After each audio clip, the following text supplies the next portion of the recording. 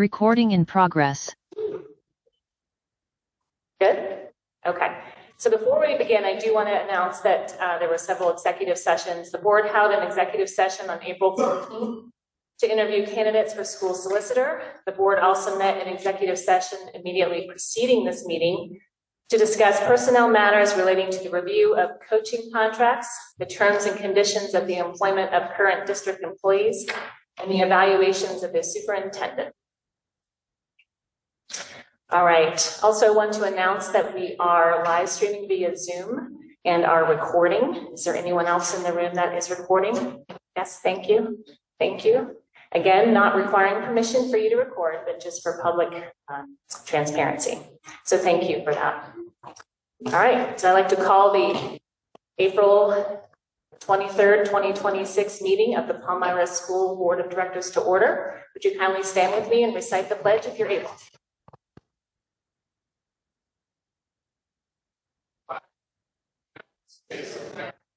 And to the republic which stands, one nation, under God, indivisible, with liberty and justice for all. Thank you.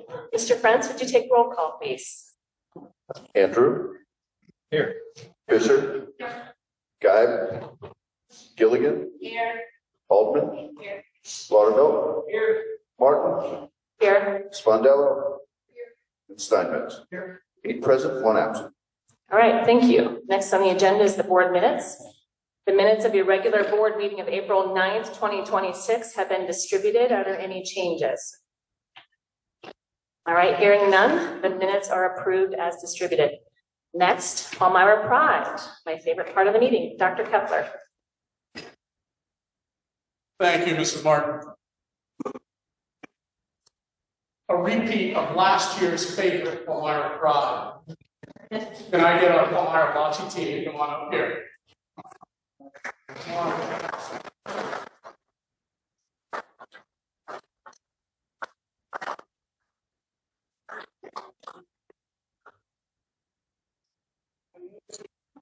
How are you?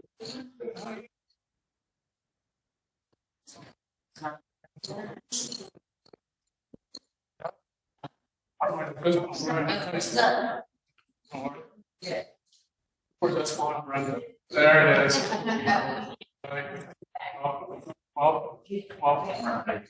All right. So, ladies and gentlemen, last year our bocce team was phenomenal, and again this year the same. What's most phenomenal about this group is the excitement and enthusiasm that they bring, not just to the bocce court, but to our school. This group of students and staff change our school for the better every single day.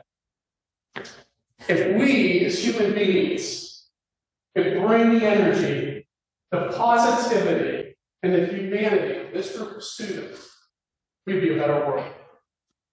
We could learn something from this group of people.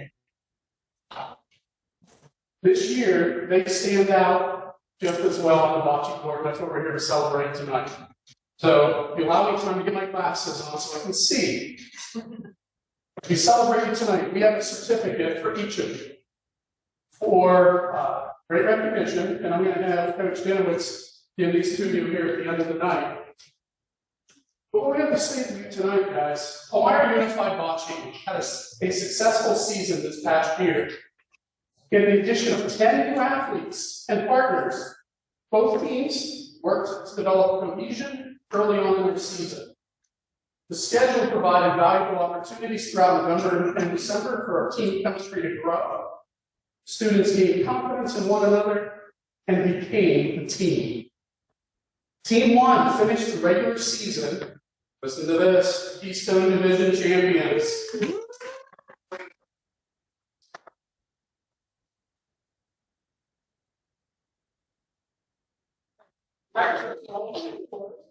Then Hurricane Squad was in the playoffs. Team 2 narrowly misqualifying for the playoffs with a 9-7 record, finishing with tied for third place. So we also have 2 teams in the playoffs. At the Lebanon District Tournament on February 18th, Team 1 defeated Central Boston East and to advance to the championship game for a chance to qualify for regionals. In a tightly, hotly contested 9-8 game against Hershey, we came up just short of moving on to that, but we earned that well-deserved silver medal. Didn't we, Will? Yes, we did. Congratulations on a remarkable season. Our unified bocce team, if you're here tonight, when I say your name, can you just give a wave to the crowd? Annie Bechtel.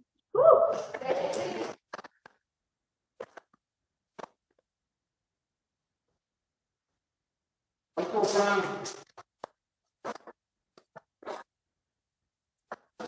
Grace Nelson.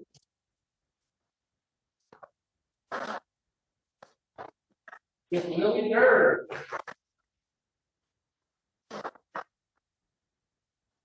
Melissa Eversole.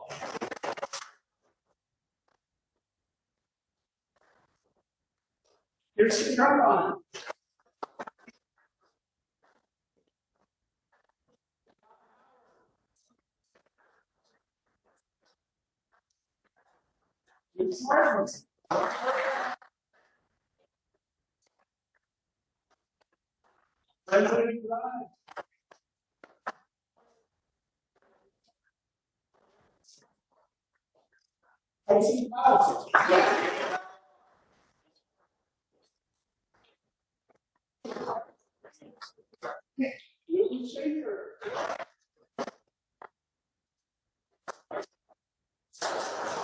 Charlotte Shear.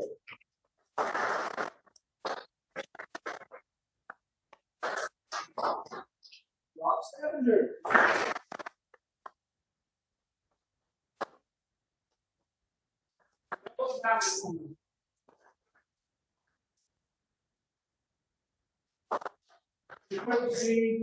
We appreciate everything you do. Just a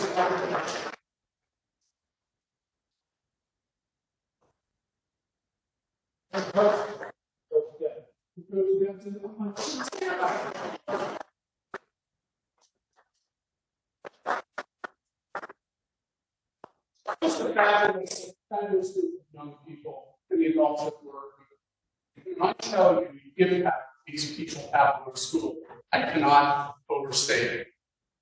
Mr. Steigerwald, he's probably, when he was in retirement, there might be one thing that he misses. Because every morning, faithfully, he's at the front door at the bus loop.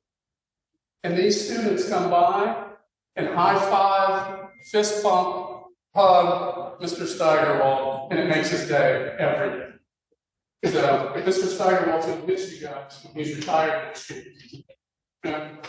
So, on behalf of the board, the administration, thank you for making our school and our community a better place. Thank you.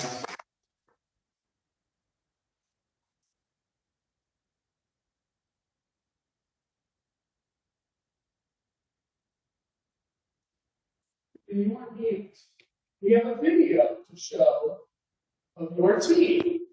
Would you like to sit down to watch it, or do you want to stay here in the limelight and turn and watch it? What do you want to do? Do you want to stay here?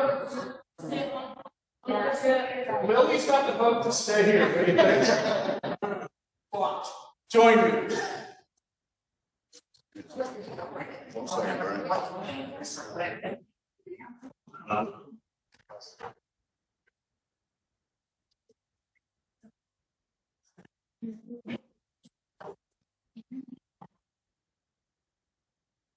Mr. Prince, keep my volume down.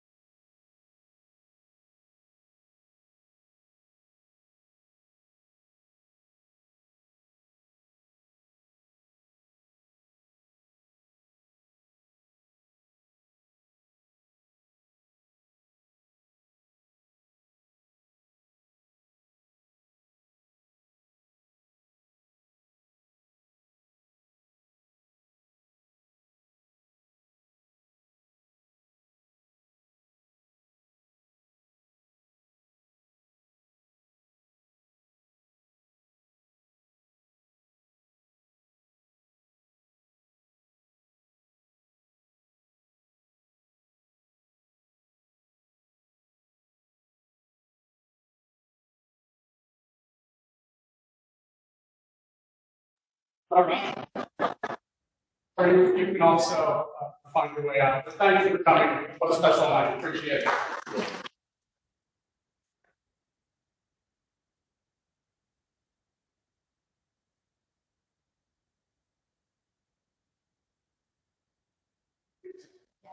You get excited. Yeah. Show me that thing too. Okay. All right. So let's see. Yeah.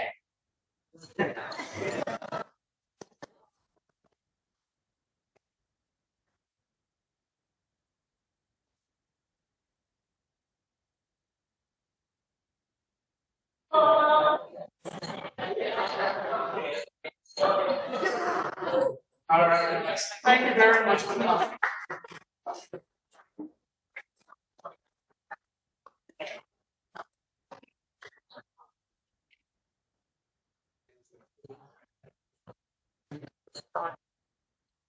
Big thank you to Mr. Schaefer, Lily's dad, who put that video together for us. So it was really appreciated that. I think it was great for the kids to be able to see themselves and point out their friends. And it's just a really, really nice addition. So thank you very much for that. All right, I have to move on now to President's Report. It's hard to follow something like that. But I just have a couple quick comments and some updates. Last week, I drove to Ole Valley High School in Berks County and met with the executive director of their education foundation. She has an office in the administration in the high school there. And I think I will wait just a couple of minutes to let our team go out first, and then they can take their time.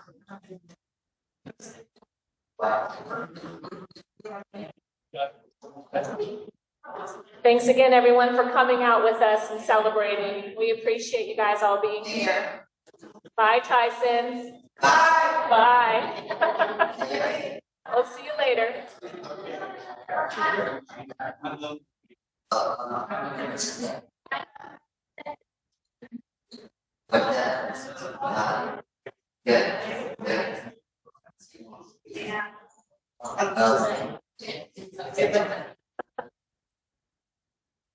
All right, thanks everyone. Okay, just real quickly, I went to Ole Valley High School last week and met with their Education Foundation director. She has an office with the administration of their high school there, and just learned from her a little bit about how they're able to make their Education Foundation so successful. So I got a lot of information from her and then from another neighboring district, and so I'm going to be sharing that. I have a meeting tomorrow with another Cougar Foundation member to kind of pass on some of that information. So I'm hopeful that we'll be able to learn some things from their Education Foundation, which raises hundreds of thousands of dollars every year to give out to scholarships and grants and to get things for their school district. So I'm hopeful that that will be able to help us as well. I also met last week with Oren Bachman.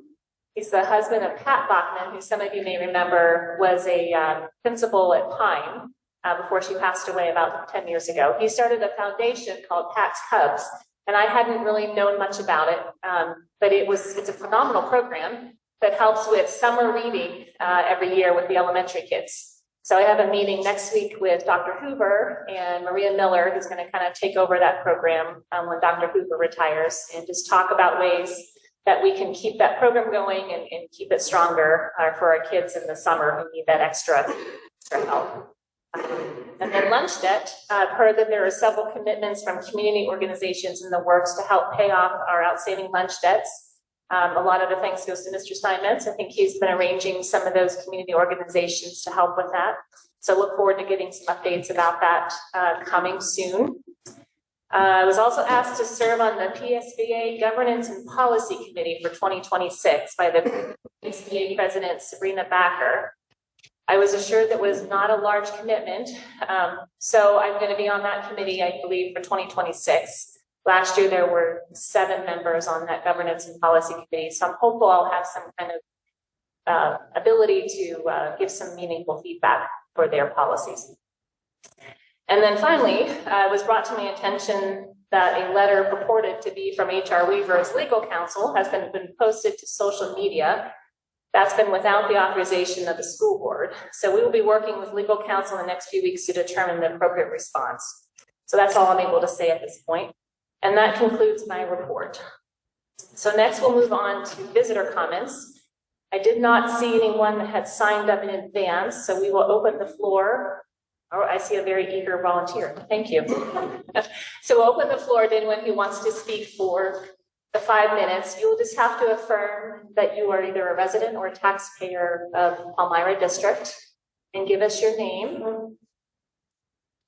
And just a reminder, this is not a public meeting, but a meeting of the board and public. So we will not be dialoguing, but we do want to listen to what you have for us this evening. And we will be considering your comments and your thoughts and any concerns, and we will work to follow up with you if there's something brought to our attention this evening. So you have handouts, okay? Good evening. Hold on, let me set your time. Sorry. This 5 minutes goes really fast, you'll be surprised.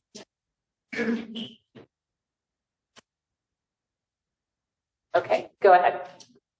My name is Kristen Hubbard. My daughter is currently enrolled in the Cougar Academy online program. Speak up just a little bit. Your mic now. Yeah.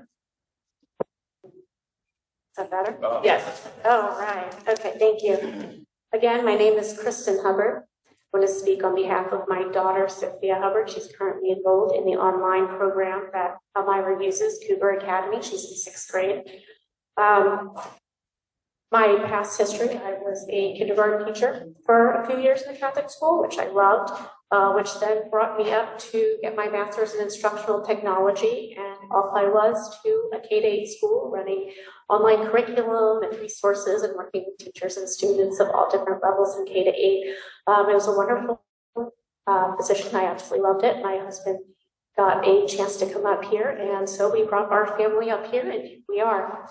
My daughter is currently utilizing the online program Cougar Academy. We currently switched programs from K-12, which they used last year. Currently, they switched to Accelerate Education.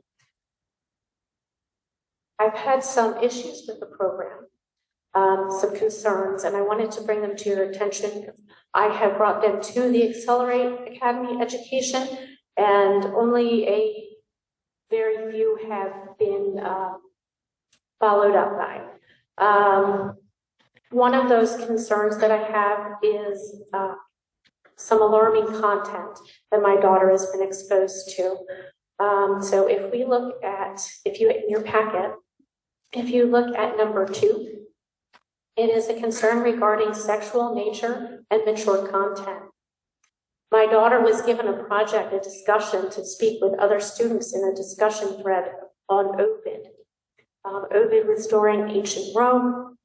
He was banished by Emperor Augustus.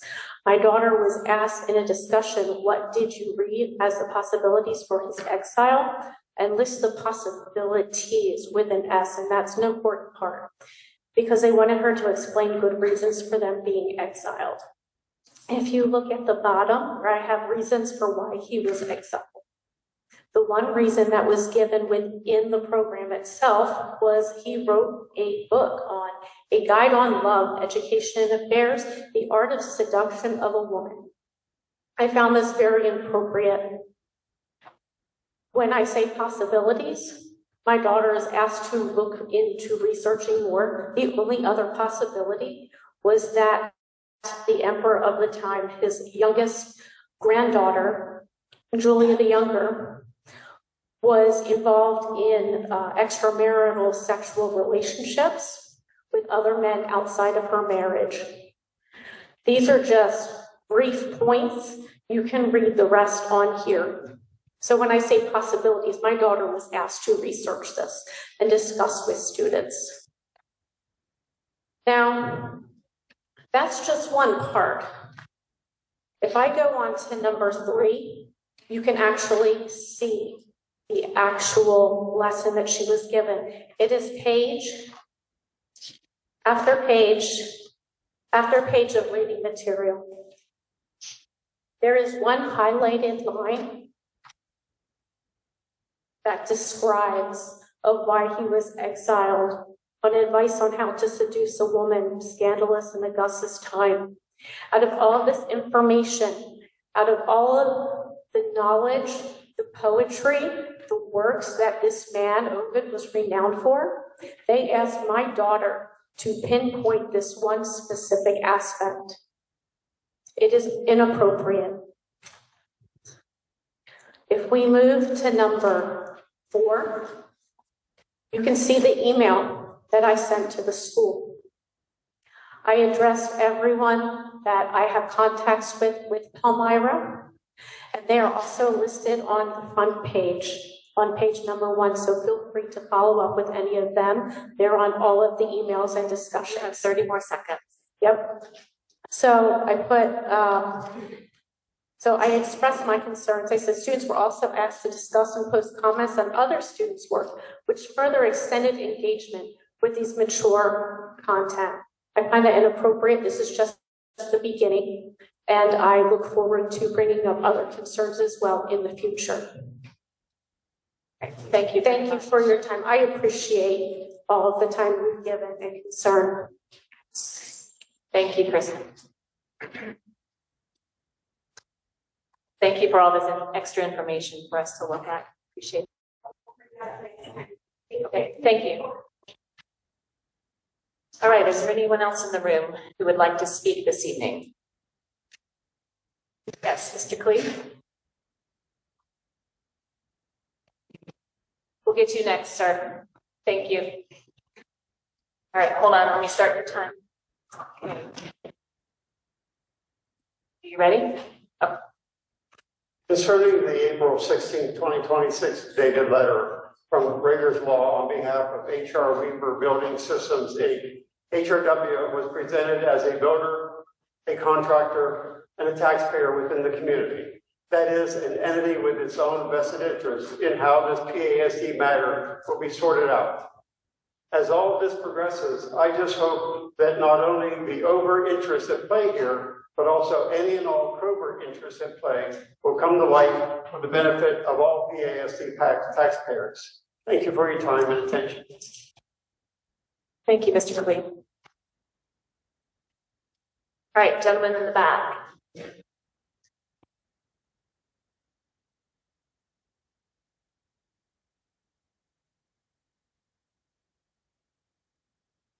Will you state your name? Troy Gingrich. Oh, yes, you were here last time. Yes. Thank you for coming again. Thank you. All right, hold on, let me start your time. Go ahead. Just want to say congratulations to the Bocce team. I mean, that was the best part of the night, right? Absolutely, yes. That made the night. I guess no matter what happens or what we say, that made the night.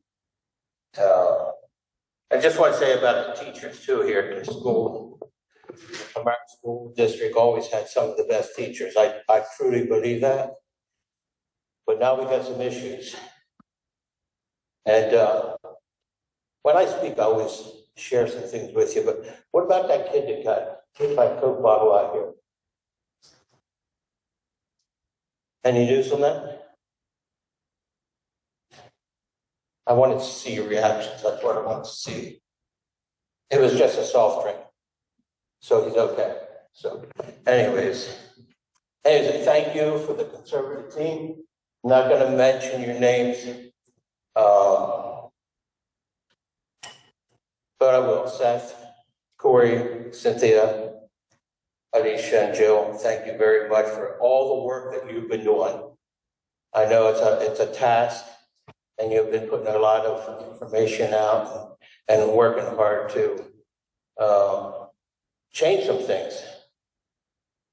I want to talk about the football field. It cost $6,981,216, almost $7 million. For the ones that don't know that, renovation to the offices at the school, $2.7 million, almost 2.8. I'm not going to go through the numbers exactly, but almost $3 million for a total of $9,773,000. That's a lot of money, folks, that's being spent. That's a lot of money being spent. And I guess that's what it said on the treasurer's report. I guess the questions I have is, who knows the difference between stopping your car and parking your car. Is there a difference? Is there a difference? Yes, okay. Yes, there is, right? You can stop at the red light, but you don't park at the red light. Make sense? Who would stand out in the middle of the street and direct traffic? Any of you? The answer is no, right? Why is that? I heard someone said, I'm not a police officer. Well, we got a wannabe cop in town. Right? A wannabe cop. Likes to direct traffic. Come on, come on. Right? Well, that wannabe cop almost hit 2 of our school students last year. What if those were your kids? Would you be happy about it? No. Would you be upset about it? Yes. I was upset just seeing this. I'm thinking, man, that bus is going to hit those 2 kids. Well, after talking to the police officer, he said the school better have a lot of money if that would have happened. That wannabe cop, he started yelling at me. He said, you can't park here. I said, I didn't park here. I just pulled up alongside the edge of the street to pick up my grandson, and he's yelling at me. Of course, I told him he was an idiot. You know, doesn't take much to figure that out. You guys just admitted it. The wannabe cop is our middle school wannabe principal. You have 30 seconds. Okay, Goes by really fast. I know. I can post the rest of them on Facebook, show some videos on Facebook. But he's our wannabe principal. He doesn't even know the difference between stopping or parking. He's out there directing traffic. The police officer said that's wrong. He should have never been out there. So I just think it's All right, crazy. your time's up, sir. All right. Do I get to come back after another segment? If you have comments relative to some of the committee agenda items, you can speak I at do. the end of committee You know what? comments. I'll just post them on Facebook, because I got some videos that were even more disturbing. So I'll just do that. Thank you. Thank you, sir. All right, would anyone else in the room like to speak?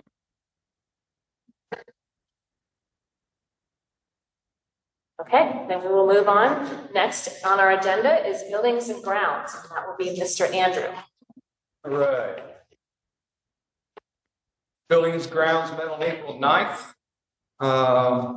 We had a construction update from Mr. Dresch, who also discussed his monthly about the work being done around the community.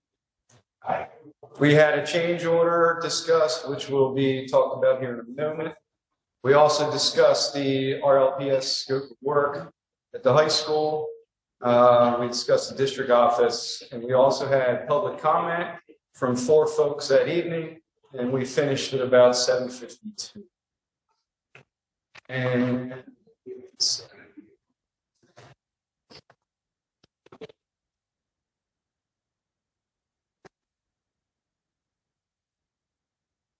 And we have a change order tonight, a motion to change order the amount of $26,062 for the Buck Swank Stadium project for Farfield. All right, I have a motion on the floor to approve the Farfield change order number 1 in the amount of $26,062 for Buck Swank Stadium project. Do I have a second? Second. Second, Mr. Steinmetz. Is there any further discussion?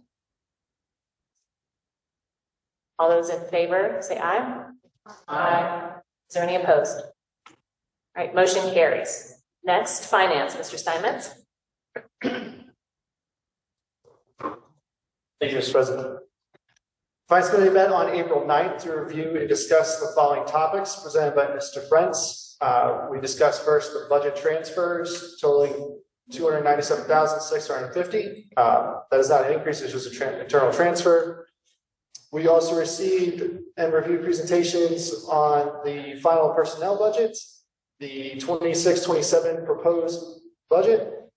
We also, in addition, had a presentation by the nutrition group, food services, with their updated presentation. I will make an additional note that I do agree that the pizza looked great on the images that they gave us. We also had the board policy first reading of policy 603, the budget preparation. And finally, we had public comment. Mr. Klee thanked Ms. Spadella for her comments regarding opportunities for consideration in the budgeting process. Coming out of the committee, we have a motion to approve the finance committee items as noted on the finance committee consent agenda.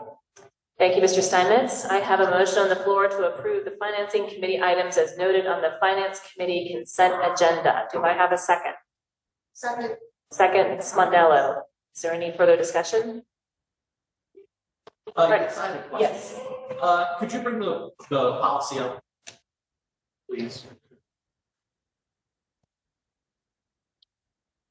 And if you could, I didn't write the piece down. If you could scroll down. Yeah, keep going. So in this section here, the building principles section, it was my recollection that we left the committee meeting. In the building principals shall present budget proposals to the superintendent. It was the business manager and the finance committee. The finance committee chairman had been removed from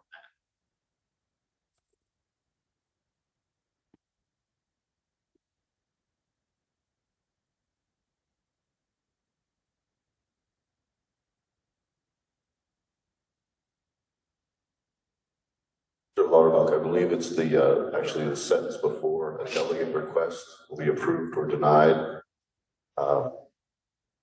Yeah, that's not, Yeah, that's not the place it was Removed from. removed from. It was before that, The document there reflects committee discussion. right?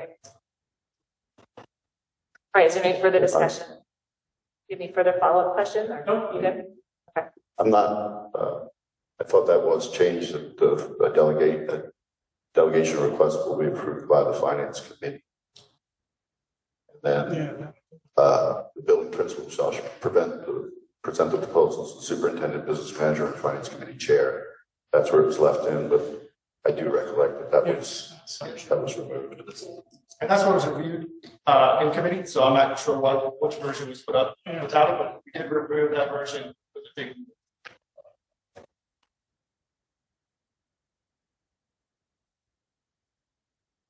Yeah, agreed. That the sentence here, a delegation request will be approved, denied by the finance committee, period, is what should be there. So what is posted is the original version. Something. We'll just table this to the next meeting. I would assume the motion can be amended to include that revision. Yes, I would. So. Sounds good. So is that, Mrs. Martin, Mr. Steinman's going to restate his motion? Amend the motion. Yes. So state the motion as amended, and then we will approve the amendment, and then we'll approve the original. All right, going to state the motion as amended, make a motion.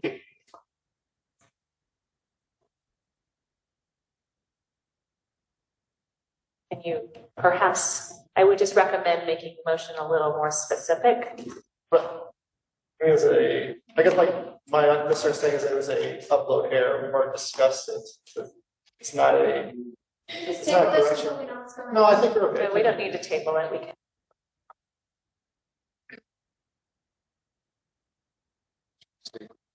Just restate it as amended, When there's no. right? Misunderstanding. Okay, motion to approve the finance committee items as amended on the finance committee consent agenda. All right, do I have a second on the amendment? Second. Second, Mr. Andy. All those in favor of amending the motion as presented, say aye. Aye. Any opposed? Both. Motion carries. Now we'll go back to the original motion. We made the amendment. Now we'll go back to make the original motion as amended. Motion to approve the budget, motion to approve the finance committee items as noted on the amended finance committee consent agenda. All right, do I have a second? Second. Second, Ms. Blendello. Is there any further discussion? All right, all those in favor say aye. Aye. Aye. Any opposed? All right, motion carries. All right, next is staffing administration. Ms. Gilligan. Okay, I'm doing this for Mr. Guy. Staffing administration met on April 9th. The administrative went over the regulations quarterly update. We did the first reading of, I'm sorry. This is your. This is mine. It's like, I'm Mr. Guy, the curriculum. You are- I'm sorry. It's okay. We're all having a night tonight. It's all right. At a moment. We had the first reading of policy 903, public comment at board meetings. We also had the second reading of policy 815, acceptable use, and policy 815.1, artificial intelligence.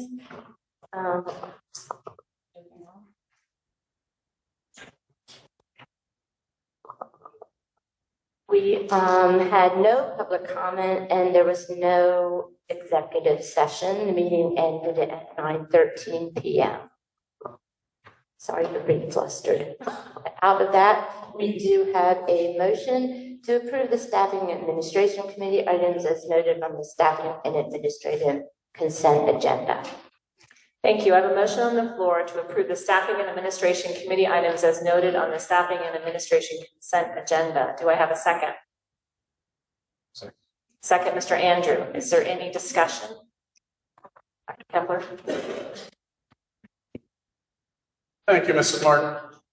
I'd like to tonight introduce to you Mrs. Becky Pope, a current English teacher at our high school and our recommended candidate for new assistant principal at the high school. So we're excited for that recommendation and for Becky to join the administrative team. She's going to be a good fit, had a great interview, and will join Dr. Richardson and Mr. Jones in the fall as a new high school team. So congratulations.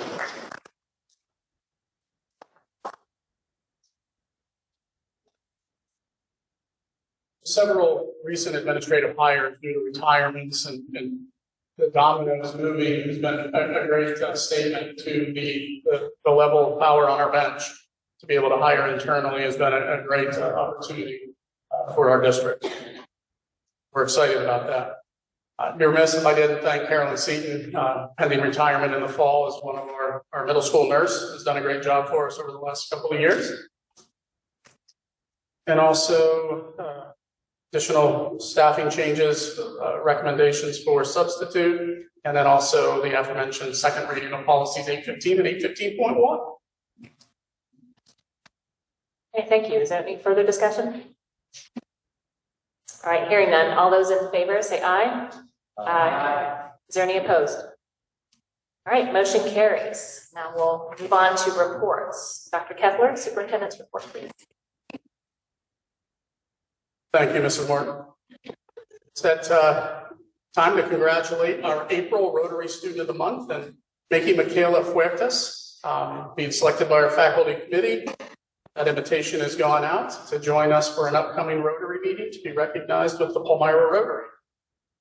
I'd like to also congratulate our middle school students of the month for April. In 6th grade, Rose McLean, 7th grade, Carolyn Dinger, and in 8th grade, Caleb Cassidy. 3 great students to be honored tonight. Congratulations, Aubrey Miller, a senior at the CTC, was one of the 2 Rotary Students of the Month at the CTC for the month of April. And Aubrey represents PHS at 11 in Rotary meeting coming up. She also won a bronze medal at the Skills USA State Leadership Conference, and she's a student in the Plumbing, Heating, Air Conditioning program, and competed to earn that recognition in the Cooperative Education Logbook competition. So we congratulate Aubrey. John Yerke, a junior, I had the opportunity to join his family at the Rising Leader Award recipient luncheon, I think with Dr. Frank. Impressive young man, has a bright future ahead of him. We got to celebrate at that luncheon as a chamber rising leader. He was one of 2 high school students in the county recognized. So congratulations to John. Also, we have students, Palmyra students at the CTC who are recognized as the top 5% of the graduating seniors at the CTC. Sarah Garl in cosmetology, Isabel Watt in law enforcement security, and Delana Keller in sports therapy science. We congratulate them. Also, congratulations, to students who competed in the Lebanon County Civics Bee on April 7th. Evan Castle, Delaney Gobble, Owen Groff, Daniel Dizdar, Ellie Steelman, and Ella Kraus qualified for the Lebanon County Civics Bee, and Delaney Gobble captured 2nd place and qualified for the State Bee, Penn State University on June 12th. So we congratulate Delaney. Our schools continue to impress. High school mini-thon back on April 10th beat the recent record and has $80,165.59 donated to help fight childhood cancer. Our advisor there, Ms. Taylor Stossel, Mr. Eric Showalter have done a phenomenal job in breathing life into that program, and our kids are responding, as is our community. Another kudo, it's been a great month. Palmyra Middle School student Era Siergar was selected as one of the finalists in the Department of Auditor General's Be Money Smart Activity coloring contest to color to create the cover for the actual Auditor General's activity book. Out of nearly 215 submissions, Aaron was one of 8 finalists and had an opportunity to Aaron to learn a little about financial literacy and showcasing his talents through art. So impressive top 8 finish out of 215.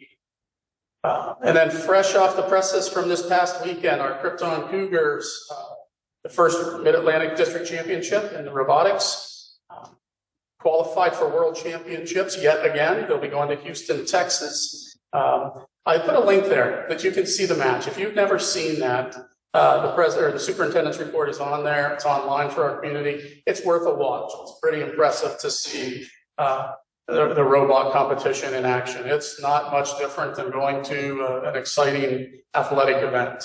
Where are all these kids from again? They're Palmyra, and then what other districts? There's a variety of districts. Majority of the kids are from Palmyra and or Hershey. We combine for the team. Sometimes we'll have students from Anvil, Cleona, or Northern Lebanon joining as well. Okay. Fantastic.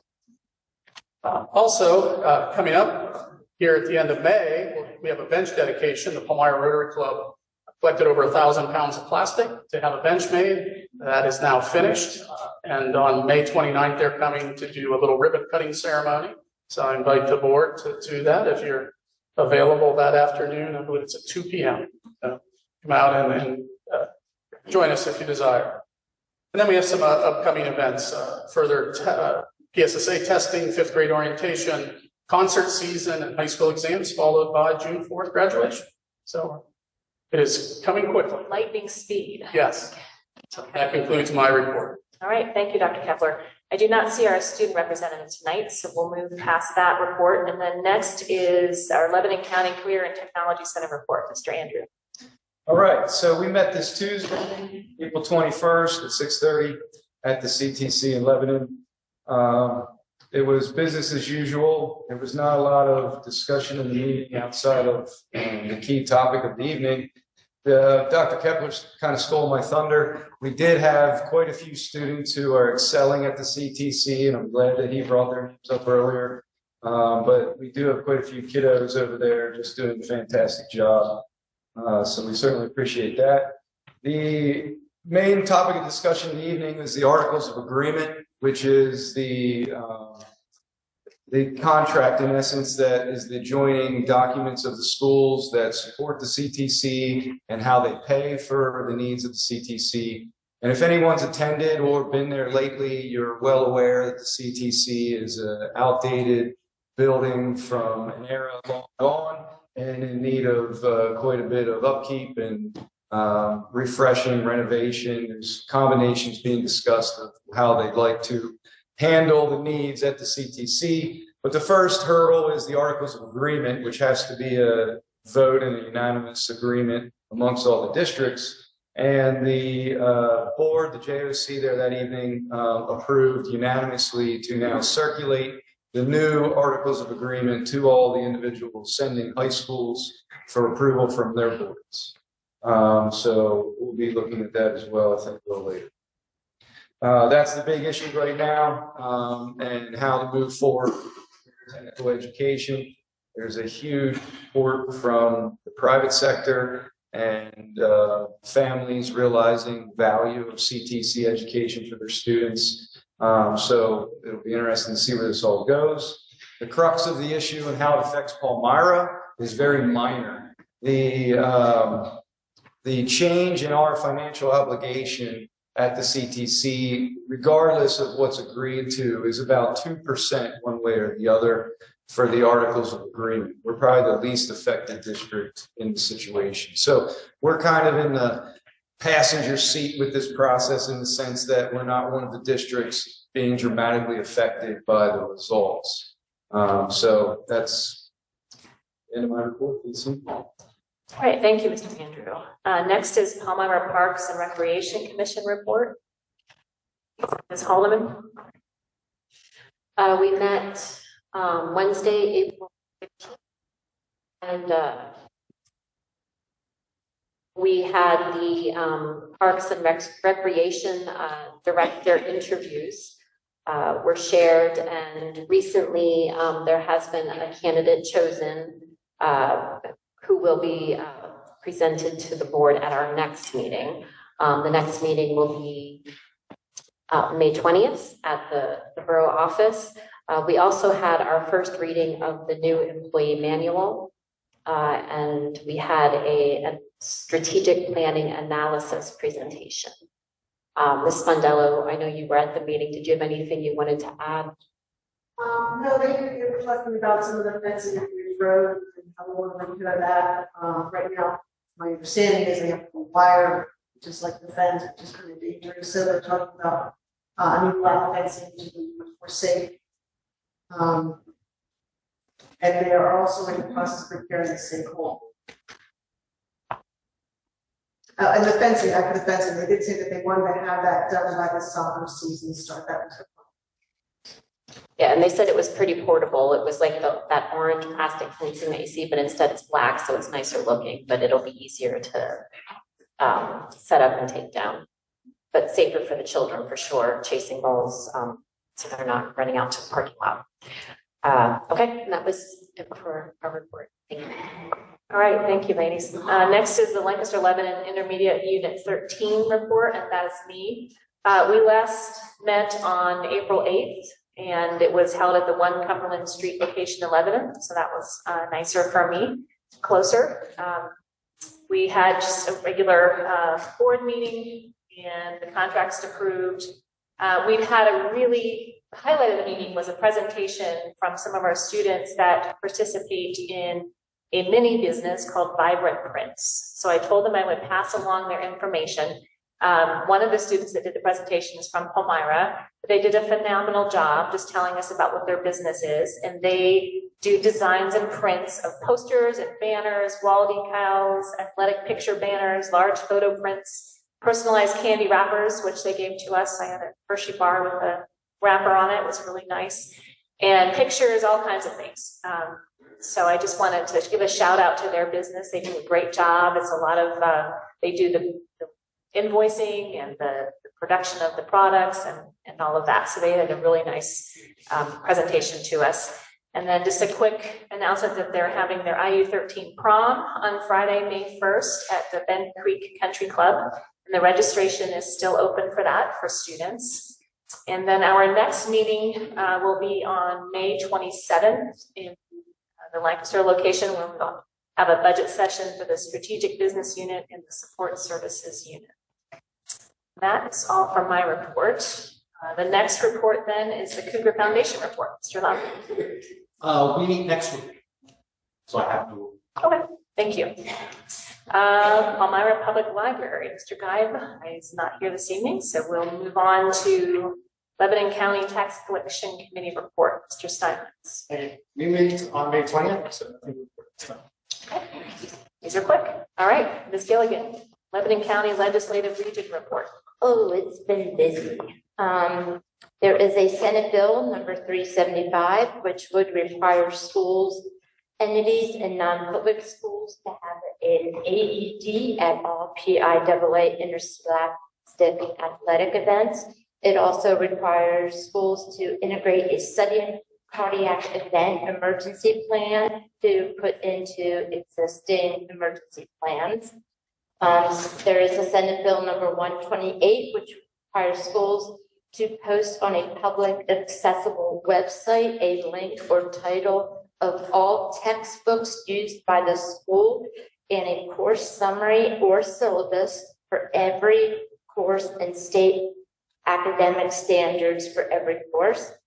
Bill 378, this is a legislation requires to designate a chief data privacy officer and requires schools to designate a student data manager, create a data governance plan, and submit an annual report to the PDE. There is also a bill number 402, which is a voluntary program to allow employees to undergo training to administer emergency anti-seizure meds when the school nurse is not available. House Bill 1752. They're looking at the Secretary of PDE to commission a study to evaluate whether the SAT or the ACT exams be used as an alternative to the Keystone exam. And my last bill is 835, which would require the POW MIA flag to be displayed at any public school in the Commonwealth that already displays the American flag. And that's all I have. Okay, thank you very much. I'm not aware of any other reports. Next on the agenda is communications. So there are several emails that will be entered into our minutes for board policy. And then adjournment. So I see no further business on the agenda. The meeting is adjourned. We will move right into committee then. We'll begin this evening with staffing administration. Ms. Gilligan.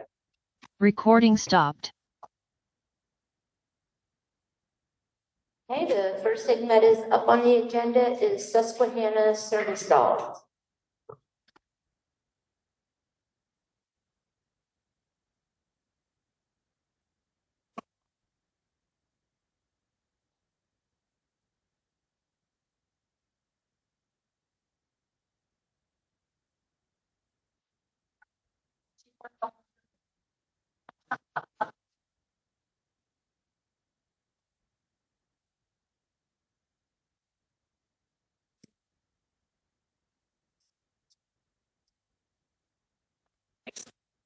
Oh, thank you.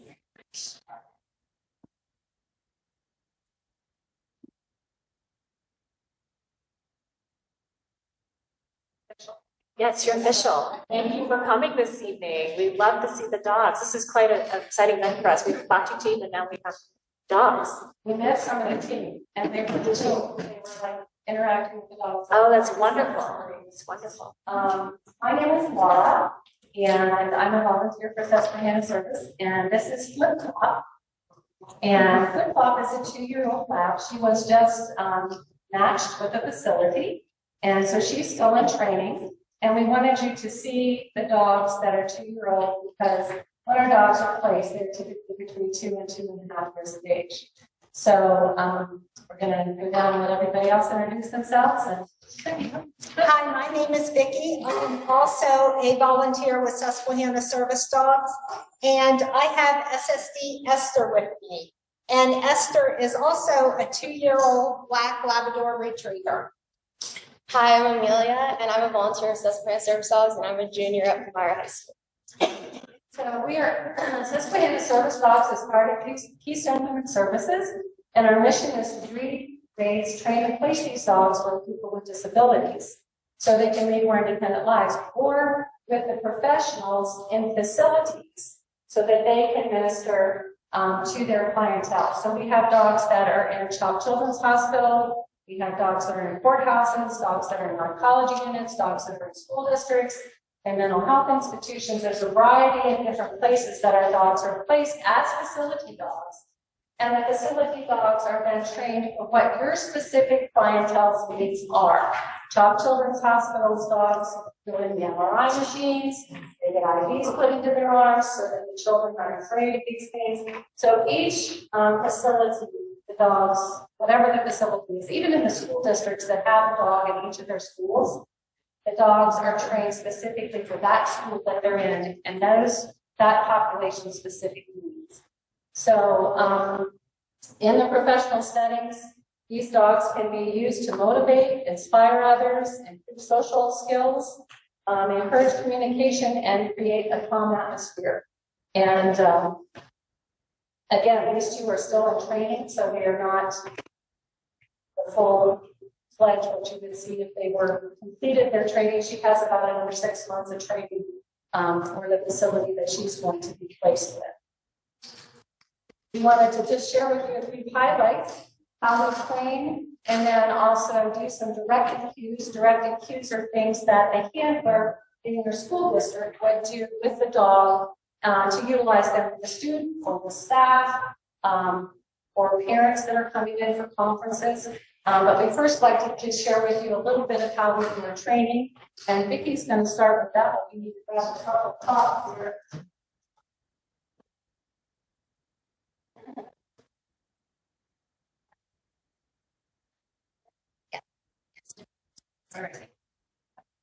All right, so their training actually starts when they are 3 days old. We do something called ENS, which is early neurological stimulation. And what this does is stimulate the nervous system. So what we do is we hold the puppy 5 different ways for like 3 to 5 seconds. And this stresses them, but the lifelong benefits are remarkable by just doing these things. We do this from day 3 to day 16.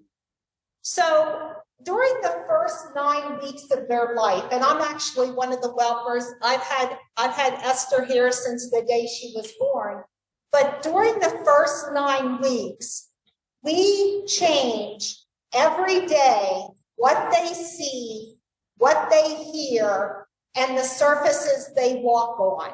So their whelping box every day has to look different because our goal is to have them see as much as possible, see as much enrichment as they can before 9 weeks when they go to their puppy raiser and they go out into public. So it's challenging for 9 weeks to do something different every day, but I may dress up in a puffy coat with a bike helmet, sunglasses, and an umbrella and go in. You want them to see everything that they possibly can. We also do something called startle recovery. So this is when we go in, we may drop a book, we may turn on a leaf blower, a drill, something like that. And it may startle them, but they recover. It teaches them to recover when they may hear a loud noise or when they're startled. So all of that happens in the first 9 weeks. And our goal is to develop a confident, curious, non-fearful puppy that is eager to learn.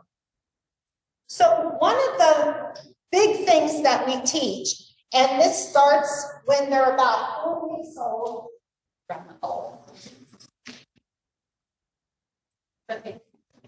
is self-control. So self-control starts at 4 weeks and it just goes on and throughout their training.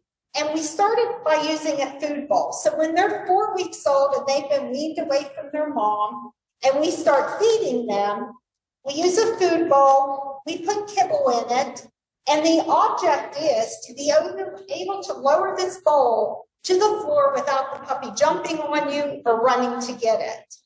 So when we're first teaching it, you know, it looks something like this and they're going for it. But then eventually you're able to lower the bowl. Esther would sit here for hours. She's not going to take that. She has amazing self-control. She's waiting for the release word, which is Esther. Okay.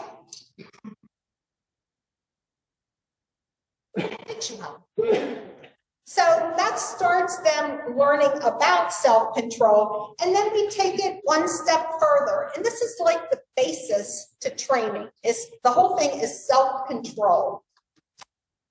So then we may be dropping treats. Again, a service dog or a facility dog never picks up anything off the ground unless they're instructed to do so. Good job. So when we train, we use a clicker, okay? And we use positive reinforcement. So when the puppies do a wanted behavior, a good behavior, we click and we treat. If they do something not really a good behavior, we ignore it.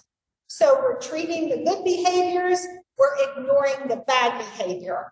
And as we do that, that good behavior comes through, the bad just goes away. Good job. I wanted to say one thing. I just met Flip Flop yesterday. So I have not raised Flip Flop. We wanted you to see what a 2-year-old dog looks like. And they said, oh, take Flip Flop. You know, so I was like, okay, I don't know Flip Flop. She doesn't know me, but she's a good dog. She's a good dog. So I was going to say it's important when they're puppies. When they're puppies, they do what is called puppy swap. So when they go to class, and that night, the trainers will say, hey, we're swapping puppies tonight. So the puppies will go home into a different house. So they have all kinds of different environments to get used to. And so she had no problem coming to me yesterday because that's something that they've been doing since they've been very little. And something that's also important, particularly when you have 2 different handlers that are handling the dog, you know, that they're being passed off to someone else to handle them. They transfer well. Okay, so just have a couple more things. That's okay. Basic cues and house manners. All of the dogs, by the time they're placed, either as a service dog or a facility dog, they know their basic cues and they have house manners. So most all of the cues have a hand cue and a verbal cue. So we're just going to demonstrate a sit down and a stand with a hand cue. Esther?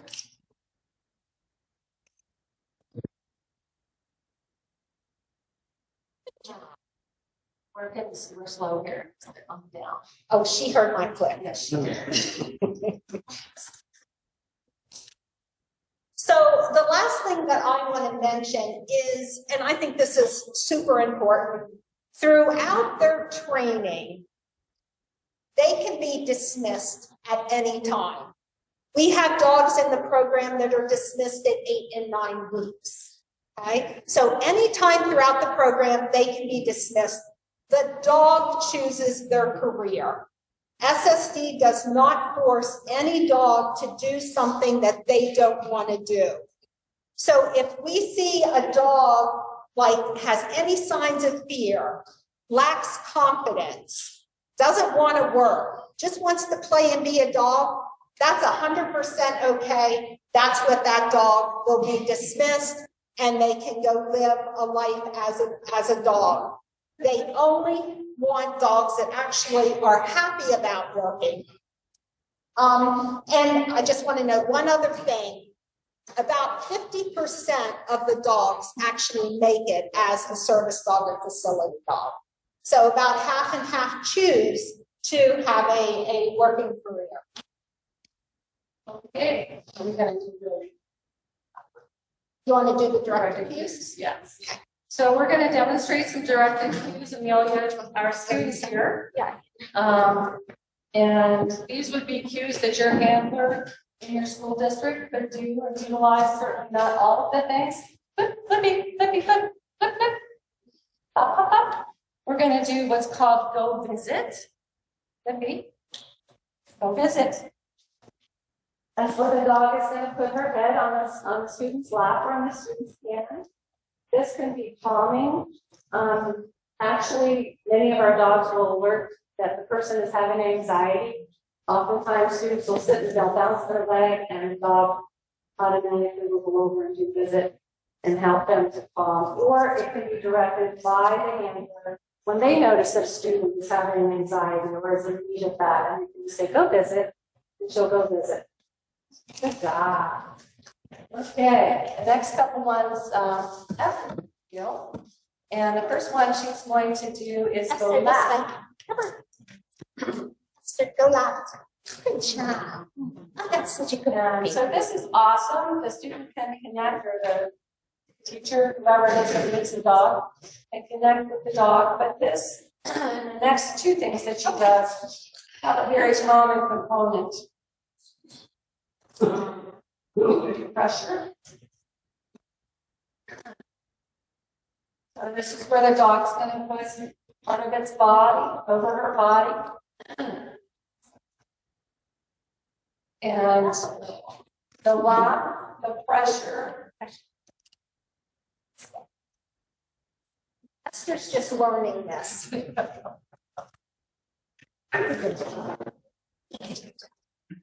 go that way.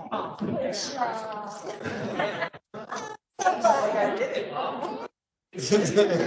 And that is work for a patient. Yes. This is their patient, and she loves the work. My So then goodness. there's called, the other thing is squish, or go squish. And that's where the dog is gonna put its entire body on the body of the student or the person that you want to. The common thread with the, go lap, go pressure, and go squish is that it's the weight of the dog on the person that releases the chemical in your brain called oxytocin that has a calming effect. Very, very used a lot with our counselors and psychologists in the different school districts. Libby wants to go do another thing, don't you? But I forget what she's supposed to do. Go place. Okay.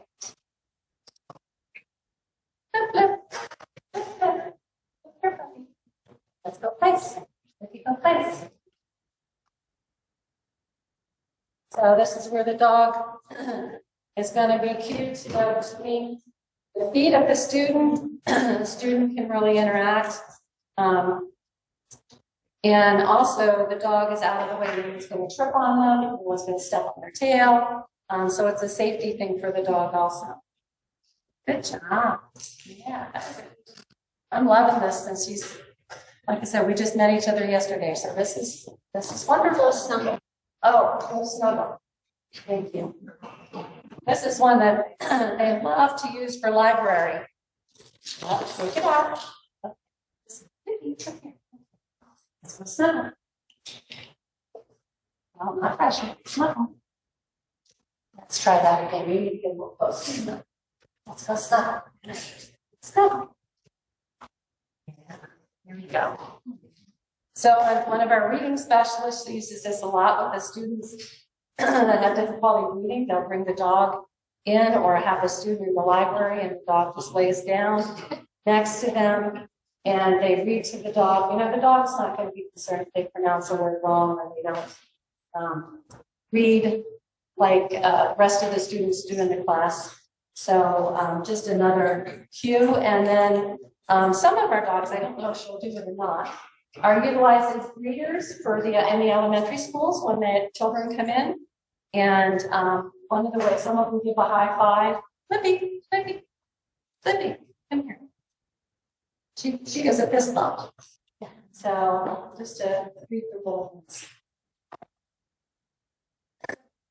If you have a folder in front of you, you read all of this.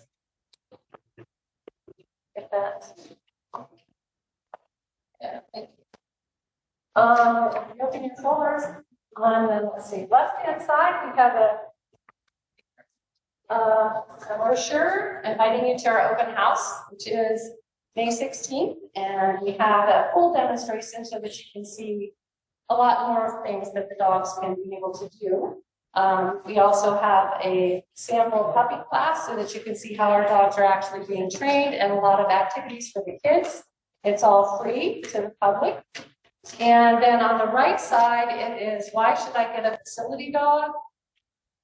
Different things, reasons that people look for facility dogs, and underneath that is, why should we get a facility dog from Susquehanna Service Dogs? And I'm not going to read that all to you, but I do have a couple of things that's my thing why Susquehanna Service Dogs.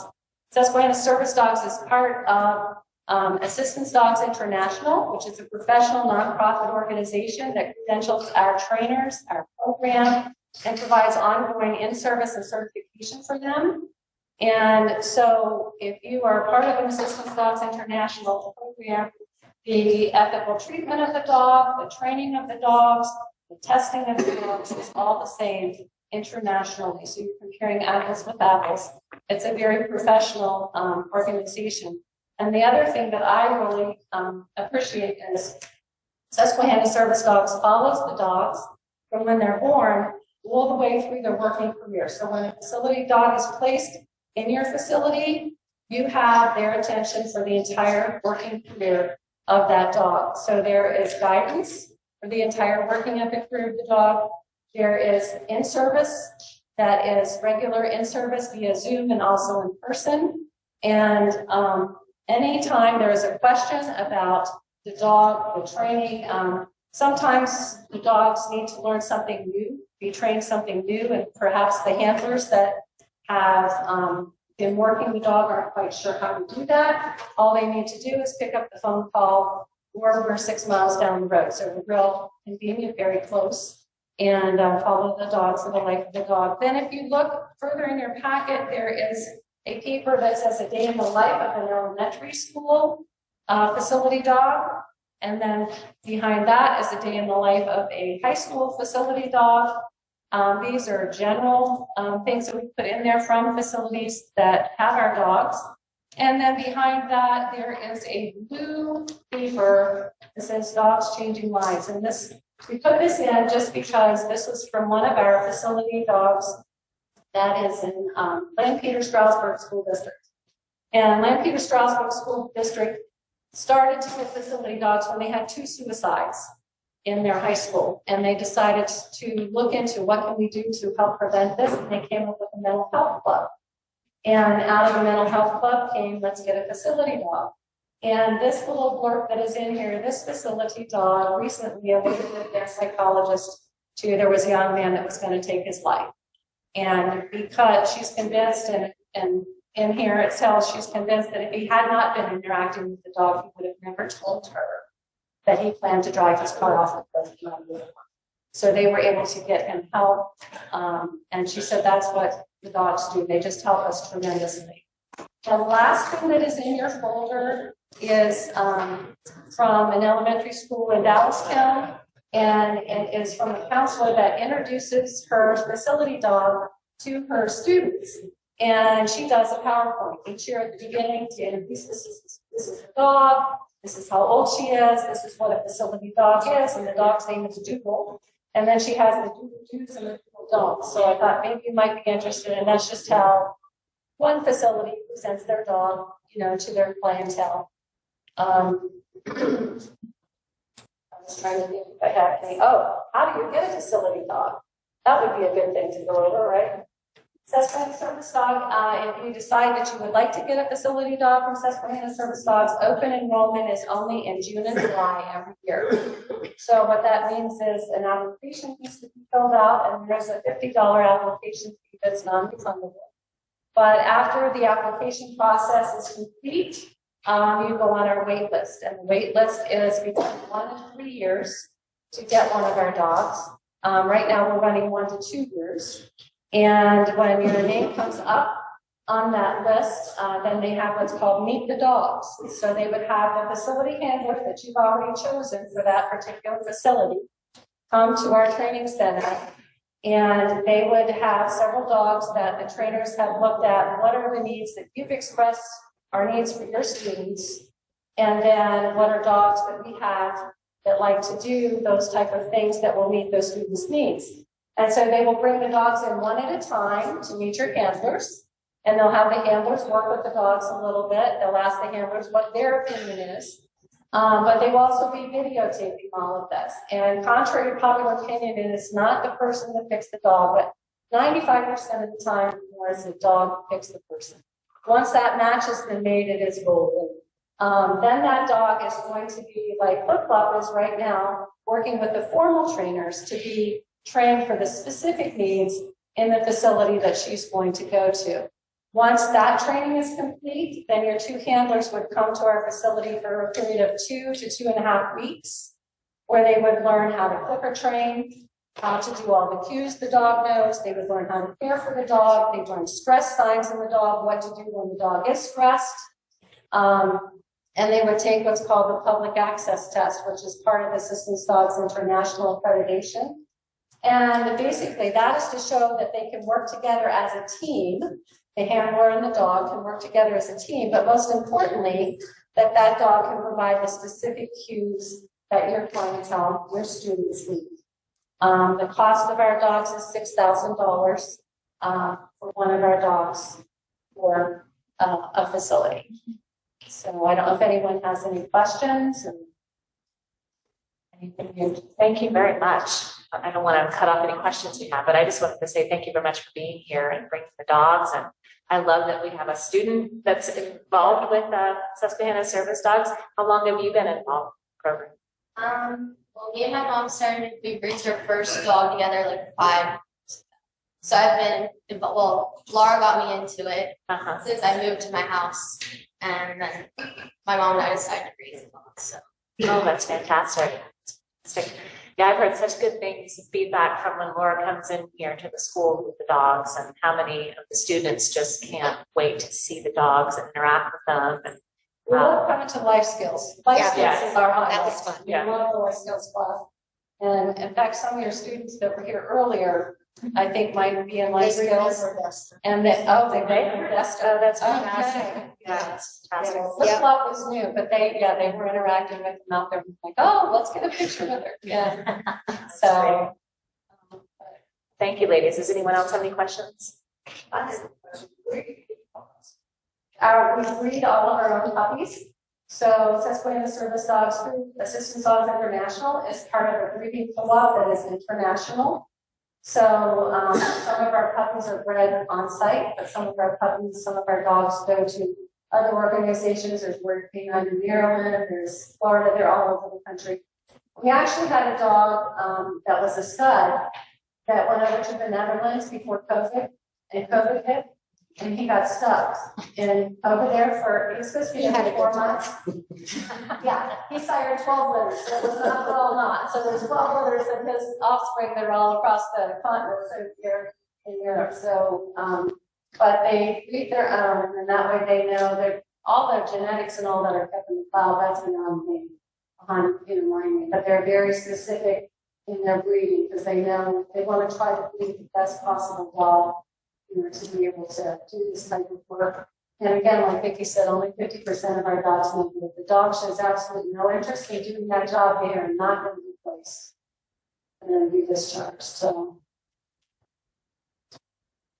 anybody else? Any questions? No, thank you for bringing them. Thank you so much. They're beautiful dogs. Absolutely And beautiful. again, they're just in training. They're not like Right, this isn't the finished right. product. So. They're, well, Flip Flop's worn out. Does anybody want to say hi? Flip's tired. Yeah, sure. Okay. We'll just. She wants to say hi. Everybody wants to say hi. She's a little girl. Last night. Oh. Thank you for having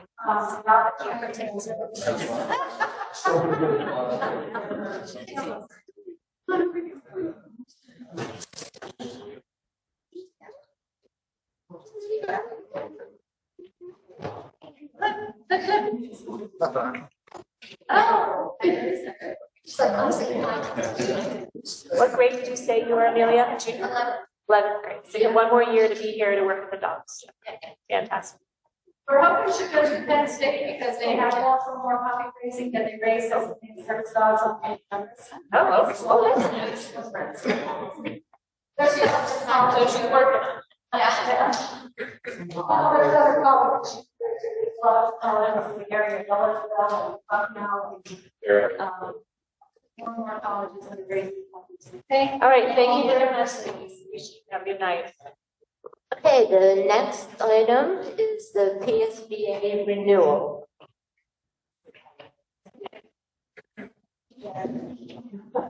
So this is an annual agreement with PSBA. This reflects about a $1,200 price increase from current year. As a board, you are an all access package member. As you can see, provides you with full board training opportunities are included, subscription package, items they send out, accident insurance is available. The School Safety Institute, which we administratively have used on 2 occasions.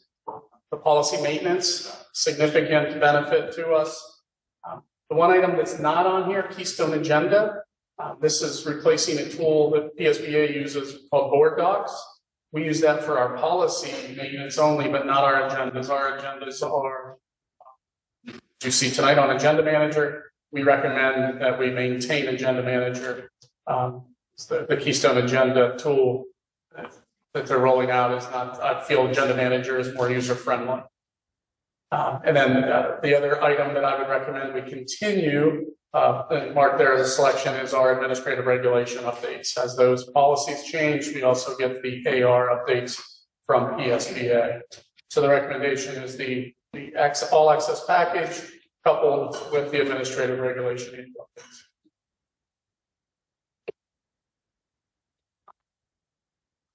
Okay, the next item is the recommended to approve the first reading of the following board policy, policy 903, which is public comment in board meetings.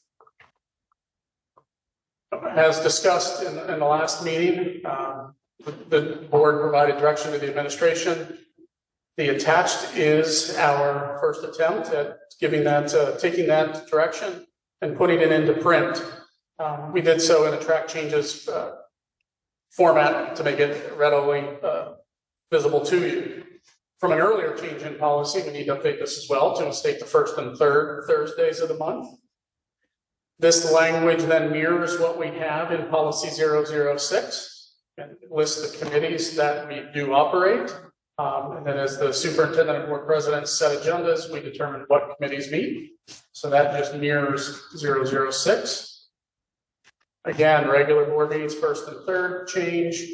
And we have for you here towards the end, the direction was that recordings will be of board meetings and standing committee meetings, that we will have them on our website for 2 calendar years and then maintained in an archive for an additional 4 calendar years, therefore a 6 calendar year accessibility to those videos of these meetings.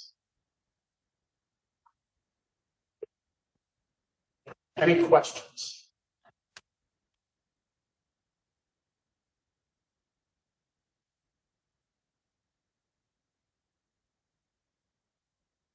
Oh, thank you very much. Hey, next thing is Lebanon County Career and Technology Center Articles of Agreement.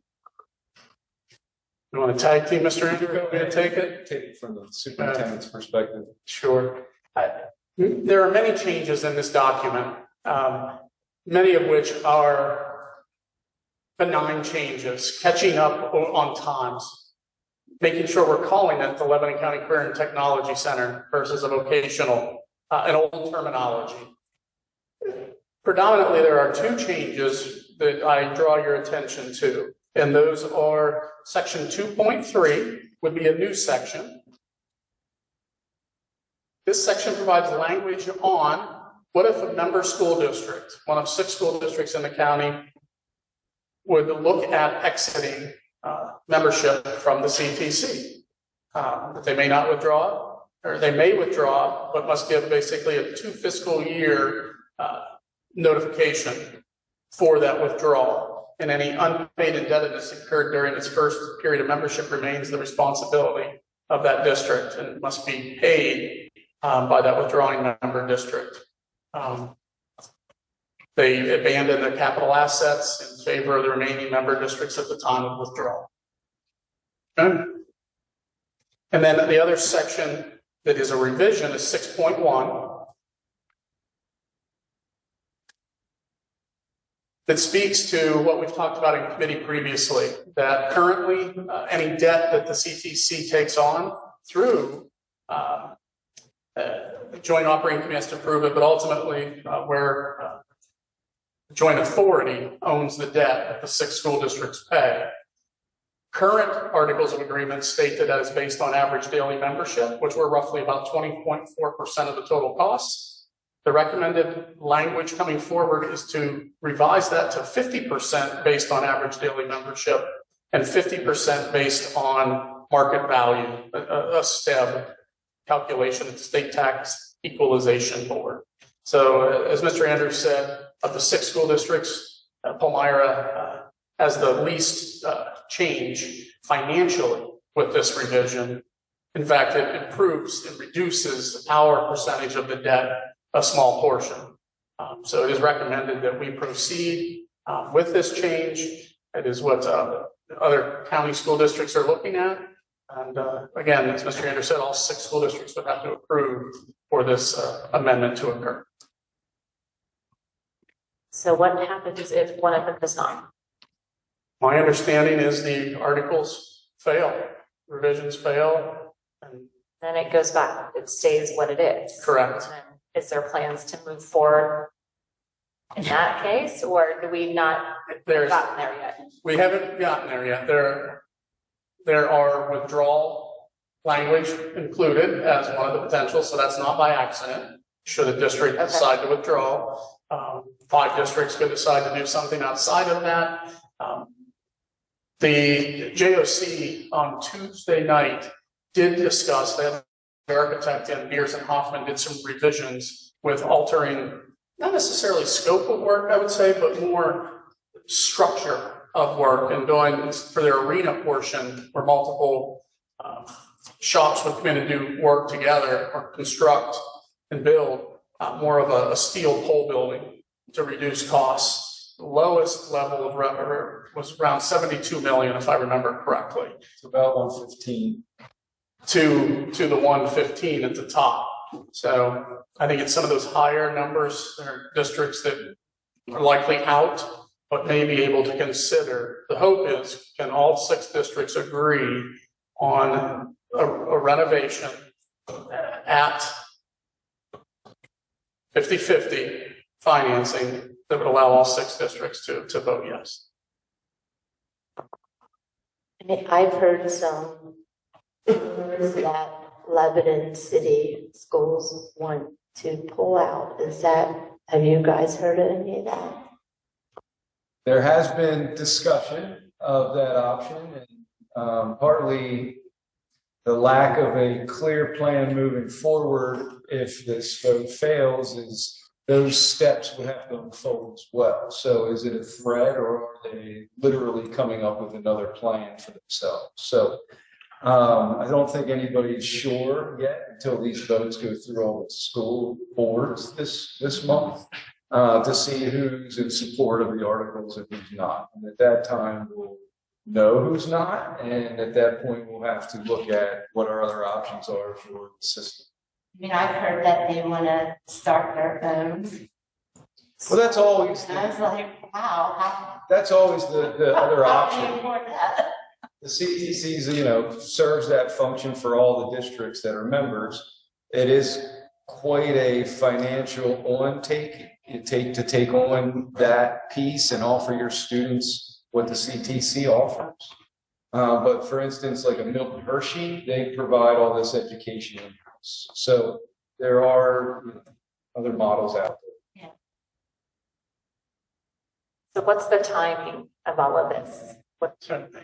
Coming off of Tuesday, this was a late addition to this agenda within the law, within the Commonwealth, because the goal would be for this board to take action on this as a motion on May 14th. And we waited to present this to you May 14th and approve May 28th, we would not meet the desired timeline that the Joint Operating Committee has asked of us. The JOC does not meet in July, so that leaves May and June to get the process you're referring to going. So by June, we would like to know who's in and who's out. So that way, that plan of what it's going to look like in the future, if we don't move forward with all 6 districts, can start to get hashed out. So the time frame is just of the essence, so we can meet that summer layoff for the JOC. Any other questions on that one? Okay, the next item is boundary versus non-boundary PIAA. So this topic has been under discussion for years, technically, but has gained a lot of momentum over the last 6 months, I would say. It's an item that I've looked at over the last few months, and with other priorities held off, the momentum has continued to gain. In essence, what this does is currently within the PIAA, both boundary and non-boundary schools compete together in playoffs. So a private parochial school plays in the same district, regional, state championships as boundary schools. And in essence, the feeling of an unfair advantage with students can come from outside the boundary of your school district and play together and form teams that win championships at a higher rate than their representation in the Commonwealth. So, for example, the statistics given is that over the last 15 years, if you put boys and girls basketball state champions together, non-boundary schools are across the classifications at a rate of 68% of championships, yet their representation of only 24% of participating schools is the data used there. In football, over the past 15 years, non-boundary schools win 42.5% of state titles, while only accounting for 10% of the represented schools that participate. So this is at a point where there is state legislation introduced will the state legislature address this issue, passing legislation to have separate playoffs and state championships for boundary schools and non-boundary schools. So as a school district, we're asked, would your board consider to support the resolution for House Bill 41, which is attached and presented for you? And then also would the superintendent, athletic director, and principal sign a House petition, they're calling it, basically stating their support in House Bill 40. Happy to take questions, see where this board is at on this topic. If it's something you want to explore. Do you know any of their neighboring districts or Lancaster Lebanon area that have signed on to this? Not name by name right here. I can get you that information. I have access to it. I don't have every now. I know there are several. Several. That was also my question. Like, how many do you think? 3, 5, 10? I'd hate to guess, but I do have access to a spreadsheet. Okay, that would be helpful. Thank you.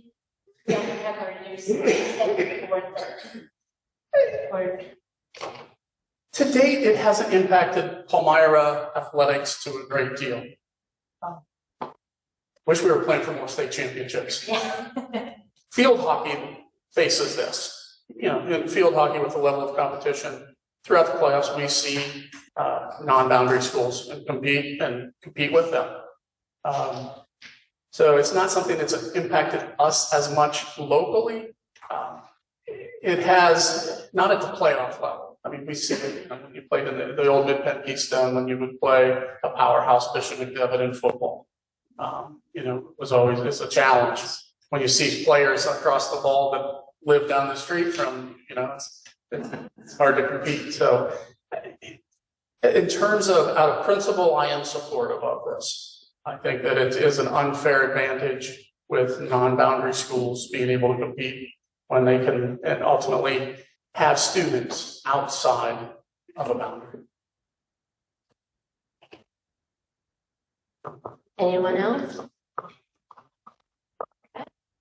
The next item is JV varsity cheerleading overnight trip. Can I just go back? Is this something you would like to see as a motion for the board resolution?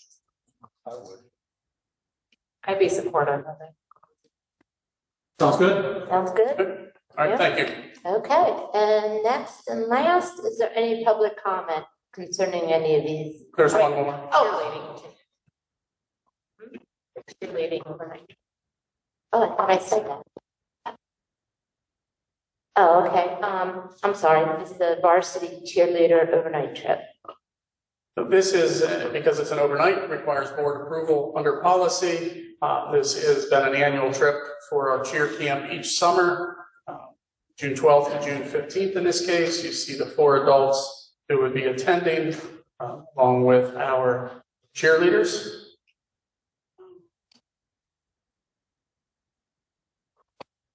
No cost to the district.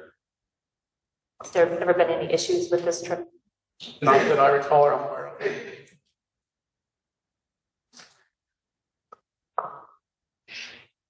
And I would be in support of that moving forward to a motion. Thank you. The motion would be next time? Yes. Okay. All right, and then, the only thing left is public comment. Going once, twice. Okay. All right, thank you, Ms. Gilligan. Next, we're going to move on to Buildings and Grounds Committee. That's Mr. Andrew. Okay, first item tonight is the scope of work at the high school in Pine Street. I want to thank the administration and maintenance folks for the work they've done to make some adjustments to those numbers and figures, and their prioritization. So we can open up a discussion of these items. Happy to tell you what we did. Mr. Dresch, Mr. Frenz, and I, along with Ms. Sinkmars, reviewed each of these items. We took a look at those items we had listed as high priority and broke those down into what we believe was the direction provided to us. 12-month, 24-month, 36-month. So the 12-month items are those that were used in committee last time as critical. 24, we might also have some safety items that we talked about listed in there in that 12-month. And then 24-month and 36-month being what that is, down to, can wait, but is on the list we need to be addressing and planning for now, but it's not something that would believe to have to occur in the summer of 2027 as an example. A lot of this work would be summer related work. So 12-month, if doable, is the summer of 27, 28, 2029. Did my best as an educator using Excel. I should have probably picked this to Mr. Prince. Doing a little calculation of cells and totals to give you some ideas of the 12-month priorities, of just under $1 million at Pine, 14 million at the high school, just under 7 million at the 24-month level, and 5.3 million at the 36-month level. Now, again, that does not calculate any increased costs for inflation. So a total of those 36-month items of 27 million. As part of, thank you, Mr. Prince. There are other items that do not have price points, that were items that we specifically didn't have numbers from the architect, but were items for consideration. So you see those at the end of the document. You'll see some items that say budget. Those are items that, as we worked with departments, most of them, if not all of them, in technology, that they feel they can address those things in annual budgets and not to go through a capital project for them. You'll also see, I think there might have been some items.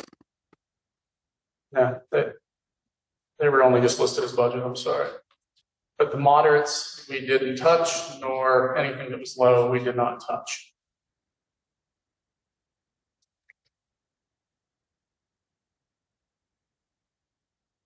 I have a question, sorry, I was looking at this spreadsheet today, and I was looking at what we had last week. And I thought that we were talking about re-looking at the priority. Because I was kind of expecting that some of the high and some of the low to be a little bit different than what we had the last meeting, and it wasn't, because I thought the conversation was to maybe reevaluate the priority, not necessarily just on the critical month, or how long, when the piece of equipment, for example, maybe not be in great condition anymore. But I also thought we talked about including or factoring in the security aspect of things, and how that might change the priority somewhat. So I appreciate the critical month column added, but I maybe I'm missing something, but I thought that we were going to reevaluate some of the priorities. You'll notice, for example, rows 5, 6, 7, 8 at Pine Street are safety-related items that we listed as the 12-month critical issue. So to prioritize those items from safety. There are items below in the high school that are safety-related items as well that we put at that 12 or 24 month prioritization. We just may not have had specific cost estimates associated with them. And some of those are spread throughout. They were architects' estimates, for example, row 67 at the high school. Replacing doors is part of that priority. So we prioritize those safety items as 12 months. So the priority can actually change. You're saying, like, so if the number in the sum of the hive was 46 million last time in this report, if we altered some of the priorities, that total would be different. That's what I'm getting at. So we did not adjust those pivot tables at the top. We prioritized and listed the 12-month totals, 24 and 36. I think what, and correct me if I'm wrong, but I think what she's implying is if we were to look at it from a board perspective, how would we make a decision based off the security versus another line item being intercom? So looking at cost points, would you tell the board that we should prioritize safety? And how would we interpret that in here outside of the word safety? I think what we did is we went through both safety and mechanical and prioritized them together in what we would need, what we would recommend accomplishing as high priorities down to low. I believe we did that by doing the 12, 24, 36 month scenario. So, for example, the intercom system, I would say, is security. If we don't have an active or working intercom, we don't have an ability to communicate through those means during an emergency. All of our teachers, every employee has the ability to make an all-call in the building using our intercom system from any classroom. If there's issues with that, Hines, for example, has had issues over time. That our recommendation is that is a priority to make sure that is repaired and operational. So it's in need of repair? It's in need of replace. It works.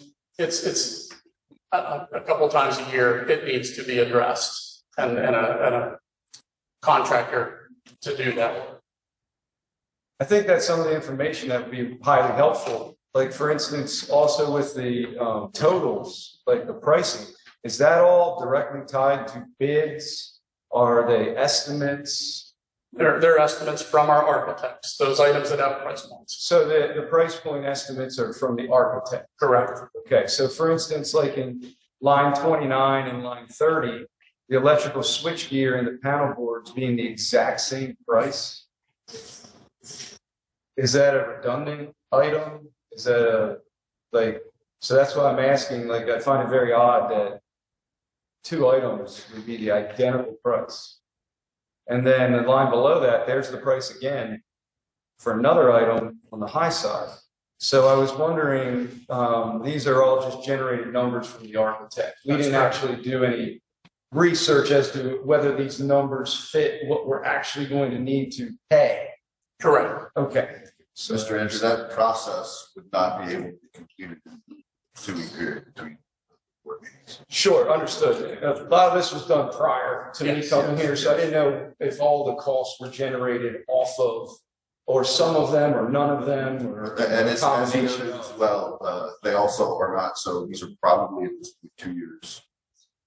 Or at least a year and a They half. did a breakout. Yeah. From that standpoint, so they're also not adjusted for inflation, or anything from that standpoint. Just trying to keep things static to work with, the document. Go further to break down the priorities to show, those things that we believe need to be dealt with in the next year, 2 years. At this point, we don't know if these numbers are relevant. I think they're relevant, they're ballpark. 2 years is a long time. I think one of the things I might recommend is, regardless of the decision we make, we're going to rely on professionals to guide the board's decision in what are the design features of some of these items to get them replaced. So part of me thinks, does some of the discussion centered around bond issuance and money help this board drive that decision of what can we afford? And then you decide on what type of process and work with a professional to help give specifics and drive what can we accomplish with X amount of dollars. I think it's a lot of sound thinking. I think part of the problem moving forward with this is the prospect of why the architect even came. Like the motivation behind the project also changes what we think at that point is a necessity. And sometimes that project guides what we would or would not do based on what's going to be built. So for instance, should we switch out an HVAC unit inside the building? Well, we're going to do a renovation to that side of the building anyways. That wall's coming out, no problem, that unit comes out. Well, if that wall doesn't come out because that renovation project doesn't proceed in that exact manner, that affects how that HVAC system would come out and whether at the point of it being evaluated would have been determined to meet the necessity of being replaced. So I believe there's a lot of minutia that goes into deciding what these costs should be and what these items should be based on the process you were following at that time of your understanding of the project.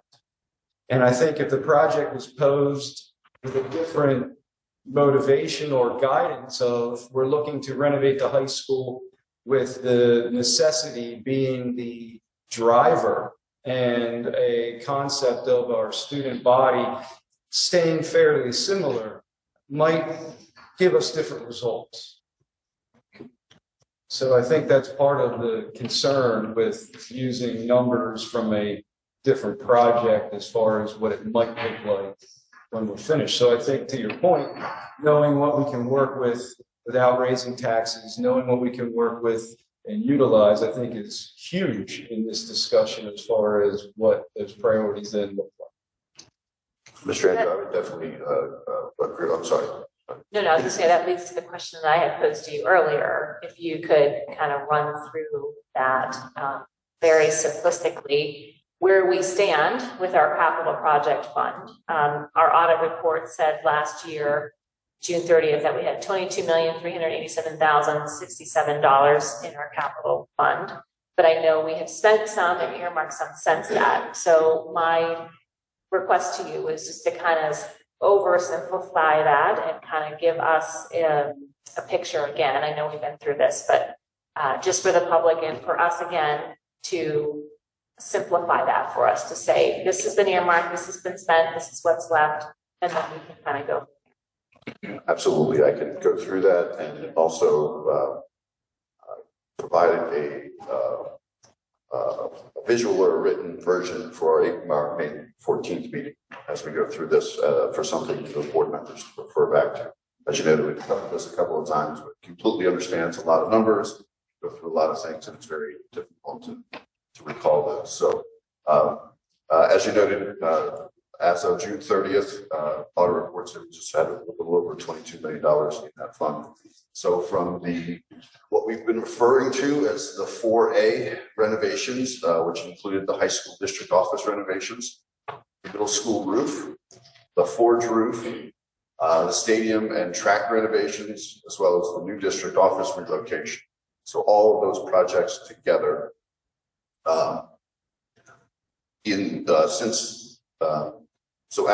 from July 1st of 2025 through the current month, we've spent $9.9 million. We still have, through contracts that are currently provided, this includes soft costs as well as contracted amounts. We have an additional $5.2 million in outstanding items from just those projects. So that's a total of $15.2 million for those 4A projects. As part of that as well, and this is not earmarked funds, but it was from the architects' information that they provided. They originally noted in our budget, or in the budget for those projects, that we would have about $3.2 million in soft costs. Happy to report so far the district has been very well to control those costs. So there's about $1.3 million in soft costs that are still noted as earmarked, but as we're getting closer and closer to finishing all those projects, those earmarks aren't necessary. So there's $1.3 million in addition to that 15.2 that would be for those 4A. And once again, I expect that number not to shrink or that number to stay fairly consistent because we're through the district office renovations, very close to completing the track. The roofs are completed, and so the remaining outlier of that is the district office. Then we move down to kind of our summer projects, or the things that are outside of that construction phase. Those items, now this would include the majority of the larger ticket items here include the Pine Street HVAC renovation, the Pine Street roof, the Pine Street floor, but also Forge Playground, softball, just some of the other summer projects that we have planned or going forward. And that total is $4.7 million of those projects. And that is a combination of most of that is contracted. So we haven't gone through those summer projects that were approved for 2026.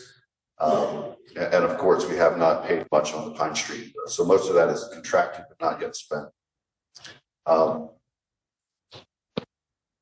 So in total, when I add the additional funds from those summer projects that we have spent to date, plus the contingency, or plus the contracted amounts, the total comes to $21,613,418.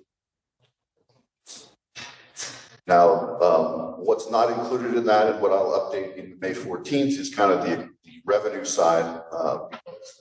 Would have had our own capital projects funds that we had before we borrowed the $20 million. The reports we've been showing add the $20 million, and we've of course been earning interest. So as the last capital projects funds available report, which would have been reviewed at our April 9th meeting, and that report would have been as of March 31st, 2026. It's approximately $2.4 million unaccounted for in that total project fund. And that takes into account all those things that I just reviewed here, but also includes any interest we've earned and then future transfers that we have budgeted to that capital project fund. When you say you had 5.2 million outstanding items from 4A, what are those? What are some examples of that? Sure. So for the stadium project, which includes so ECI, Farfield, Midstate Mechanical, and Shannon A. Smith were the major contractors in that project. To date, and this would include, just would have paid some bills in our April 9th report. So this includes those. We still owe a total of $579,000 on those contracts. They're billed in progress as work is completed.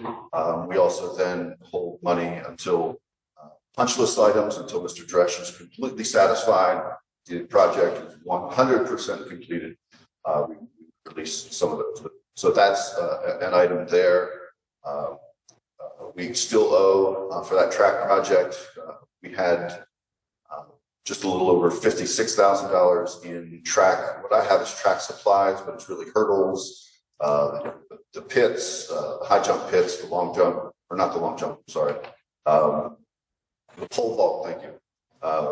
We still owe about $27,000, or still to be billed for $27,000 of that.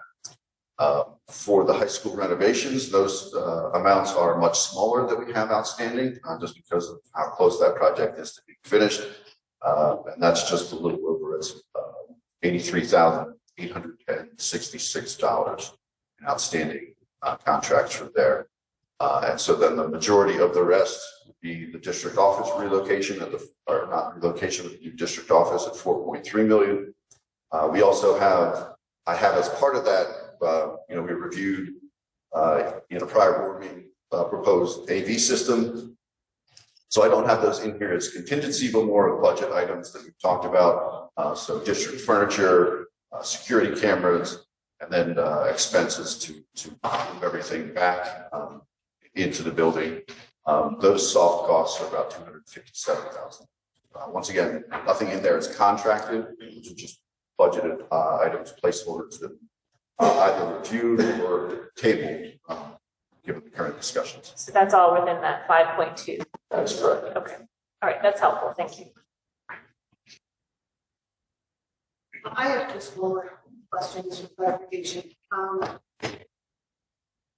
So the 27.3 million,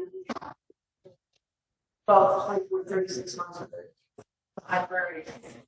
Again, on the last spreadsheet, maybe it's what you were talking about. The last spreadsheet we had 3 other line items: inflation, escalation, soft cost, and contingency. Which that is another 10.6 million for the last spreadsheet. So should that also be added to that 27.3? If you're not following me, I'm just going by the last spreadsheet. The last spreadsheet you had a separate section underneath that had the inflation, escalation, soft cost, and contingency. So those are referring to different numbers in total. So no, for the examples that we're working through now. And once again, I think I don't. To Mr. Andrews' point, I think a lot of these things need to be focused on what we're doing. Budget numbers are important, but we also know that they may not be totally relevant. That's a next process that has to go through. So no, for this example, you would not add any of those to the $27 million that is noted there.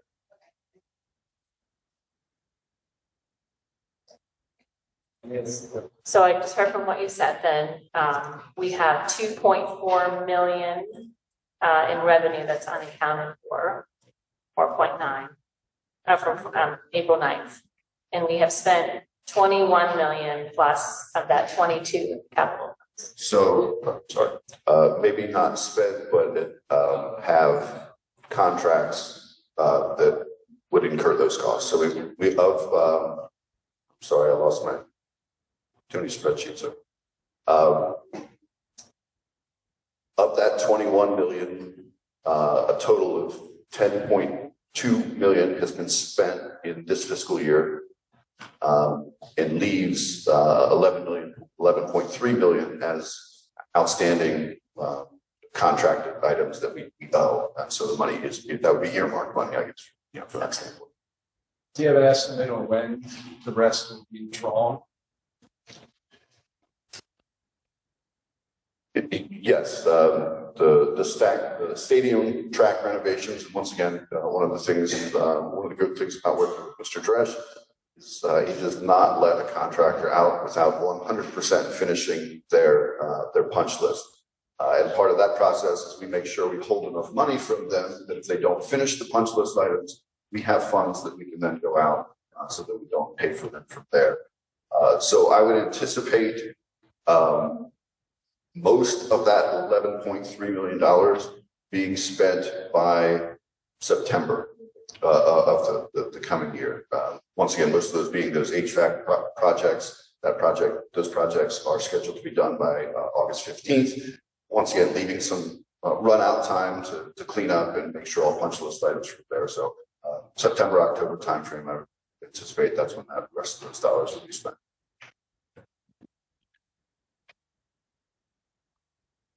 A good question here about the scope. So I see Pine and the high school. Forge, everything okay at Forge? 100% good? And never say any building's 100% good, but we don't need a bond-related project to address anything at Forge. Forge and Northside, along with the middle school, were addressed in 2017, 2018 with new mechanicals. All the Forge roof's now done, the middle school roof's done. Wrote the grant for the Northside roof. So those three buildings are in fairly good shape in terms of we don't need to consider any borrowing to do anything there. And how about security? Are always going to do some things there. The vision of doors across buildings is something that we envision as a cycle that we would recommend we consider looking at.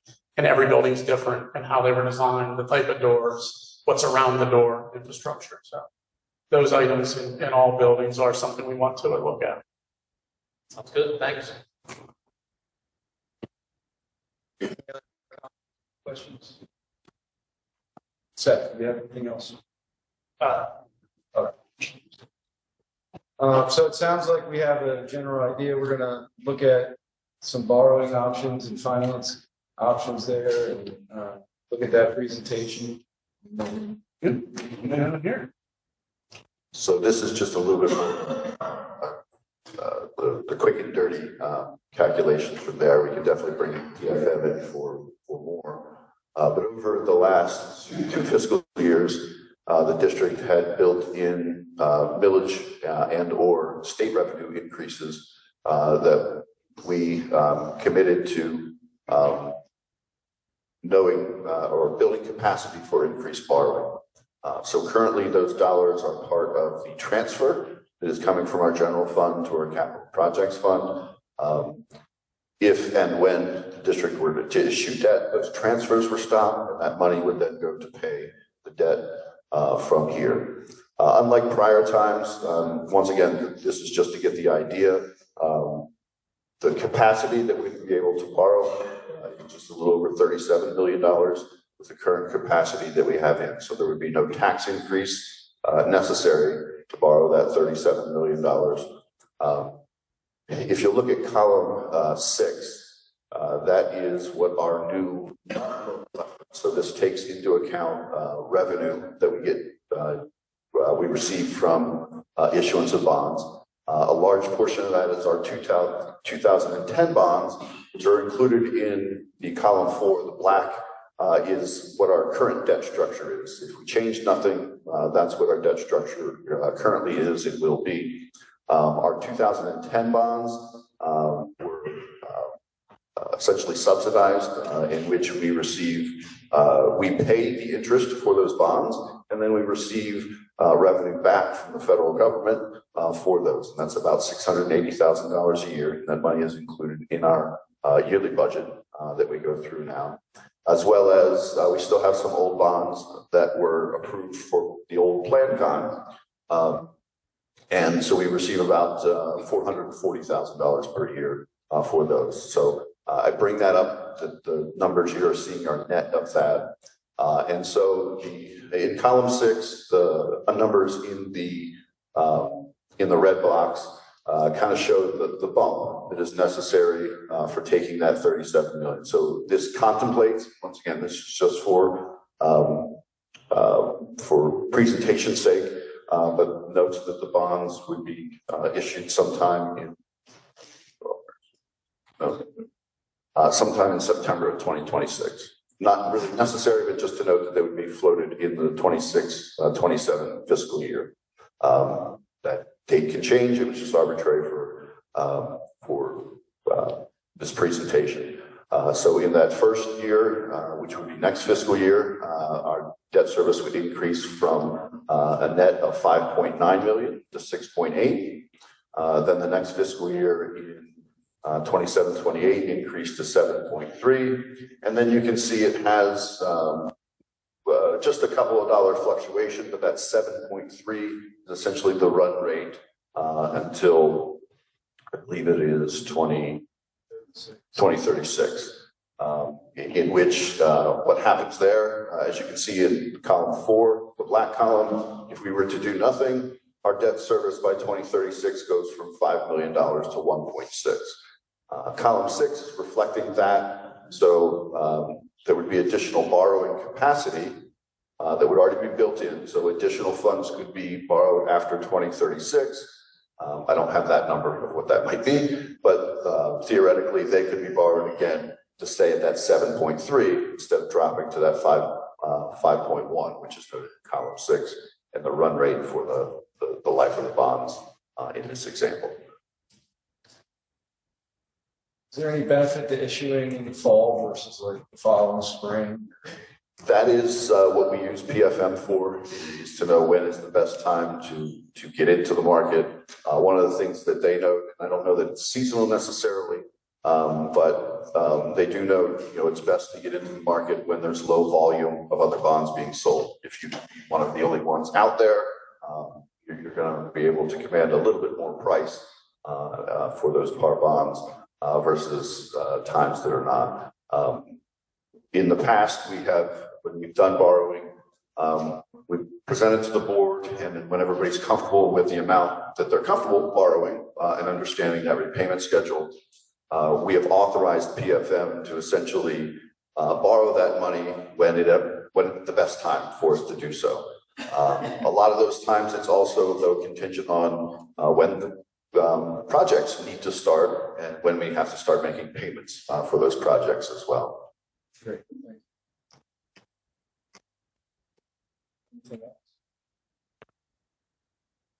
Is that all? Yes. Okay, great. Thank you very much. That takes us to public comment if there's nothing else.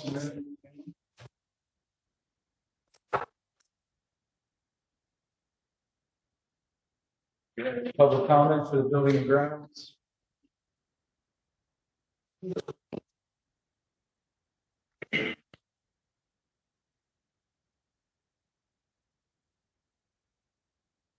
There were a lot of numbers there, so borrowing money though is just another expense. Building another building is just another expense.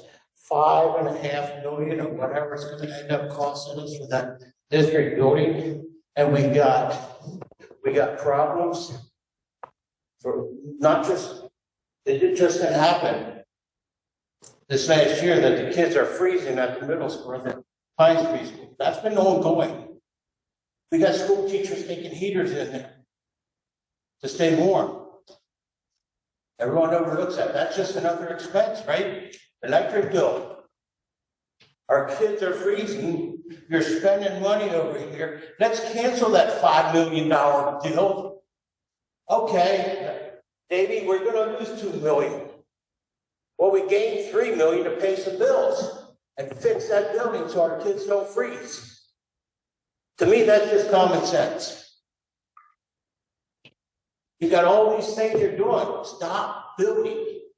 Stop doing this and start caring for our kids. Start caring for the taxpayer. That's just bullshit. That's all I got to say. Thank you. Anyone else?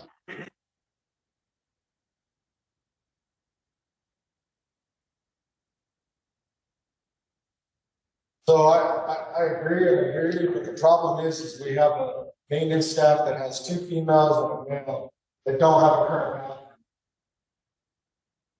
Pretty sure that's a health violation. Pretty sure you don't have running water in the building. That would be, I don't know, do any of you guys, you're willing to work in an office that you don't have a bathroom? That you have to get in a car to drive to use a bathroom? And then half of your bathroom is I'm sorry for females, sorry to be graphic, it's a squat over an uninhabitable bathroom. I know a member of this board that was very, very upset when the high school closed down some bathrooms because they were vandalized. She was very, very upset about that happening. But you will tell this man and our staff, we don't care about you. Security, great, please bring up security. I don't know if anybody remembers a few years ago, but there was a gentleman that entered the building during an athletic event after hours and made his way to a locker room. Because we don't have a secure gymnasium, I am with you, but people, please, everybody in this world is on a fixed income. Everybody on this world works for a salary, and their increase is for something they do extra or something that they take away from their budget. Mr. Steinmetz, Mr. Andrews, my question is to you. I would love to sit down and talk. Please convince me differently. I am really open to it. But you two have failed to answer an email from me. I asked you very pointed questions. Please tell me. You have failed me as a taxpayer. So the answer to me is, they don't care about this taxpayer. They don't care about the taxpayers that will come up and I will tell you again.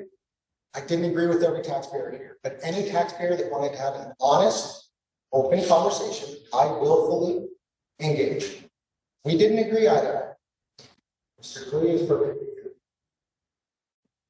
We didn't agree. Mrs. Martin, you keep telling this community that you think that you want to live in a better community, then please direct the rest of your board to answer emails. It's very simple. Or just answer and say, Mr. Jones, I don't give a flying rip what you got to say. I'm never going to care what you have to say. And move on. At least you're honest. But you sit up here and you tell us that you care about this community, but you don't. Care about the people that put you in that chair. And that's it. And I can respect that if you say that. I've been called a prick. I've been called many things. But guess what? I'm the same guy regardless. I'm looking at people that are two-faced. You've told this community that you care and that you will answer emails and that you will do this and you will do that, and you have failed. Mr. Steinmetz, again, I apologize to you. I addressed you as Mr. Andrew in my email. I sent you a second email that told you I apologize for that. You still haven't acknowledged either one. So either you're for the taxpayer or you're for a certain taxpayer. Again, make no mistake about it. I don't care which one, but at least be honest. Don't sit here and tell us that you care when you won't answer or talk to anyone other than the ones that agree with you. Thank you. Amen.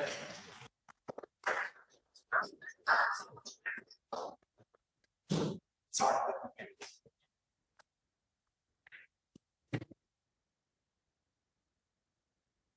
Anyone else?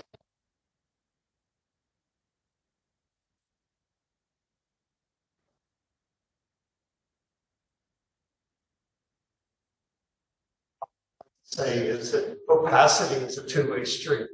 And sometimes opacity comes around to bite you where you don't want to be bit. So I am for transparency, and I've been for transparency for a long time. And I know what opacity, when I see it, opacity has its place, transparency has its place, but things do come around to bite you where you don't want to be bit at times. Thank you.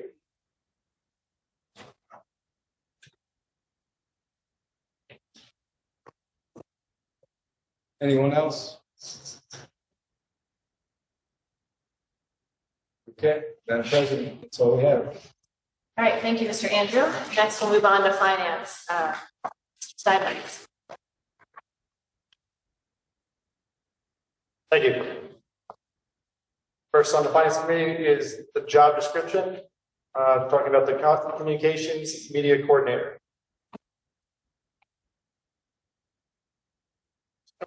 The board asked, thank you, Mrs. Hepner and the team in HR for pulling this together.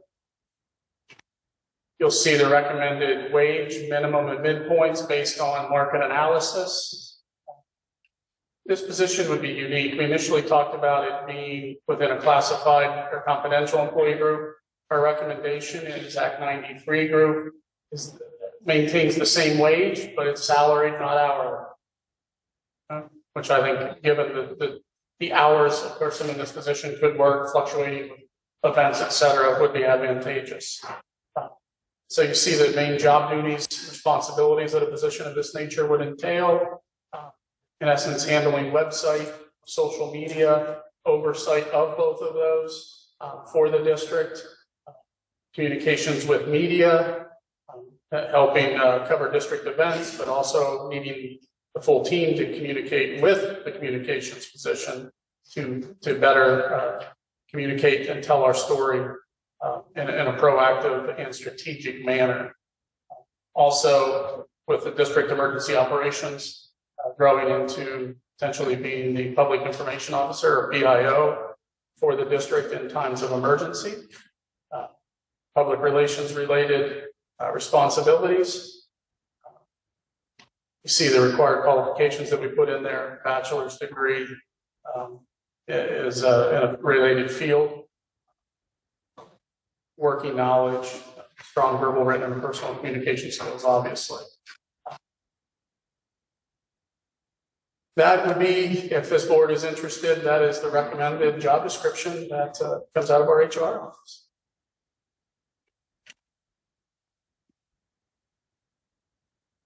I know you said between salary and hourly, but are there any other considerations with having it between the Act 93 and the confidential?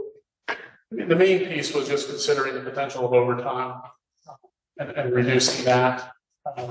The other ancillary benefits that would be afforded to Act 93 in terms of costs, we felt there are some, but not to the point where overtime could potentially be a more significant cost than sticking with the Act 93 and the other ancillary benefits that come with that.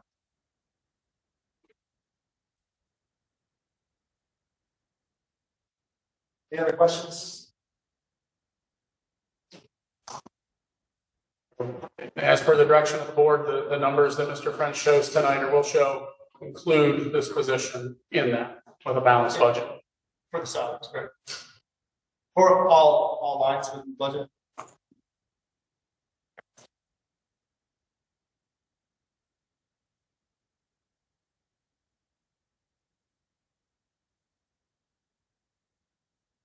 No further questions? Moving on to the department budget workbook.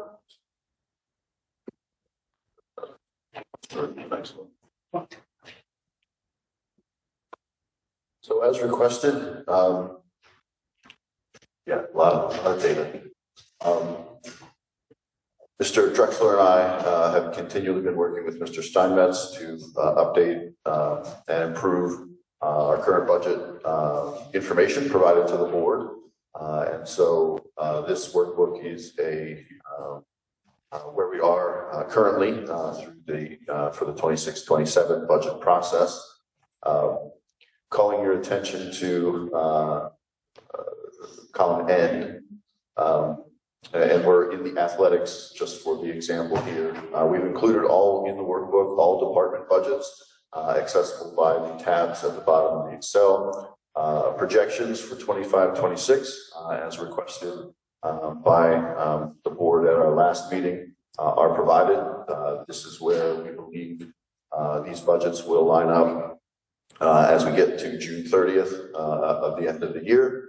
And then Mr. Drexler also added comparisons. So the reddish / orange comparing the budget to budget from 26-27 to 25-26.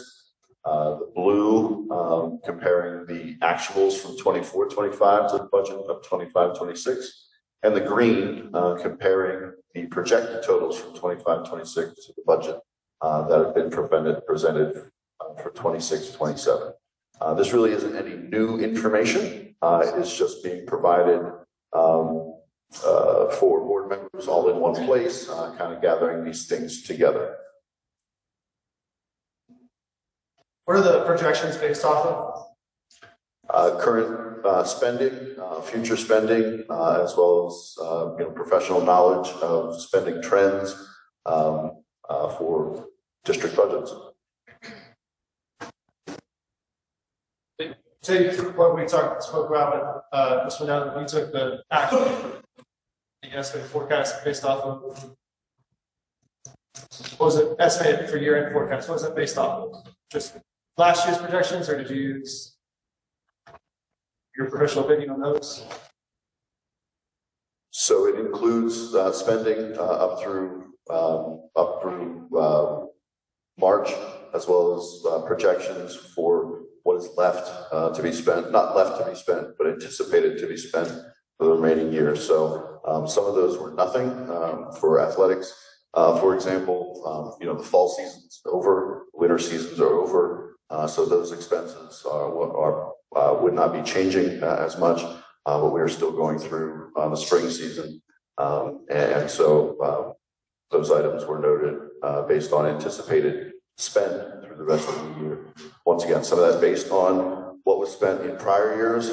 Some of that may not have been if it was known that that was a one-time expenditure in 24-25, may not be incurred 25-26.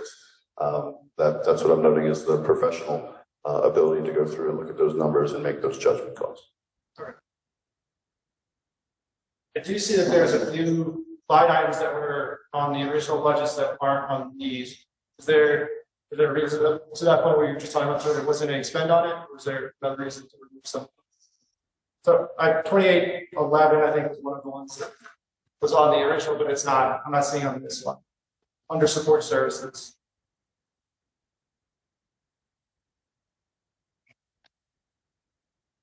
No items were removed. Okay. Yeah. I'm not sure 2811 was on that. I believe that, I have to look, but I believe that's a technology and not a support services, but.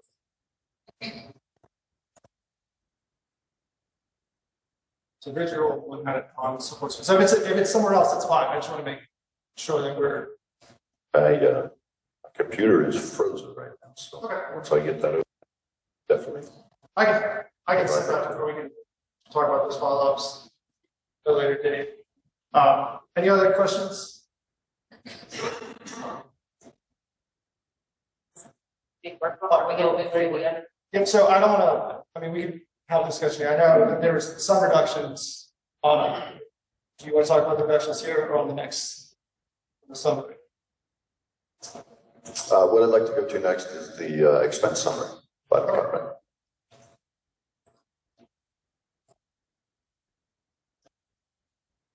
So this is rolling up information from those workbooks, noting, as we reviewed at our April 9th meeting, the addition here is the projected actuals, once again, are rolled up from those workbooks, the exception of salaries and benefits, which once again are projected through the end of the year for that spend.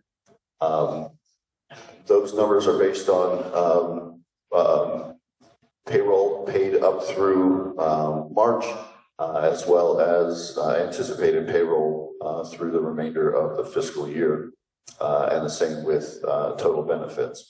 I would have to note that that total benefits column includes our self-insured medical insurance, and once again, those projections are there, but it is very difficult to project those. Because 1 year's expenses don't necessarily follow through with the next year. So it's really anticipating what we've spent so far, and then once again, making a determination of what we think we're going to spend through the rest of the fiscal year. As noted by Dr. Kepler, if we look at the salaries portion of the projected budget for 26-27, we have included that communications position that was reviewed, and the $86,000 from a budget standpoint, we'd always want to budget whatever the most is that we would anticipate spending. It doesn't mean we're going to expend that amount, but we wouldn't want to tie our hands if we find the right candidate, and salary requirements may be necessary. Those calculations for salary follow through the Social Security reimbursement, retirement reimbursement, or retirement and Social Security expenditures, as well as increasing our medical benefits by a small portion, but once again, including that increase as was shown in previous iterations of the total cost for those positions. As was requested, we are presenting a balanced budget at this point, so the grand total of budget expenditures equals revenue. So there has been a small adjustment to transportation in the amount of about $43,000. In addition, support services has changed. Built into that was a proposed or continued increase in capacity for borrowing, in which the majority of the board indicated that there was no appetite for that, so those expenditures have been reduced. And then when we reviewed the revenue side, our revenue projections for real estate taxes have increased only because using the most updated assessed values provided by the county, those provided some additional revenue. So those adjustments in total, we were able to add the additional position, make reductions in budgets that I just noted. That, along with the increased revenue from real estate taxes, once again, not from increasing the taxes, but just the assessed value that fortunately continues to grow here in Palmyra as new homes are built, provides the balanced budget that we were instructed to provide. So those are really the only changes from the budget information that we reviewed.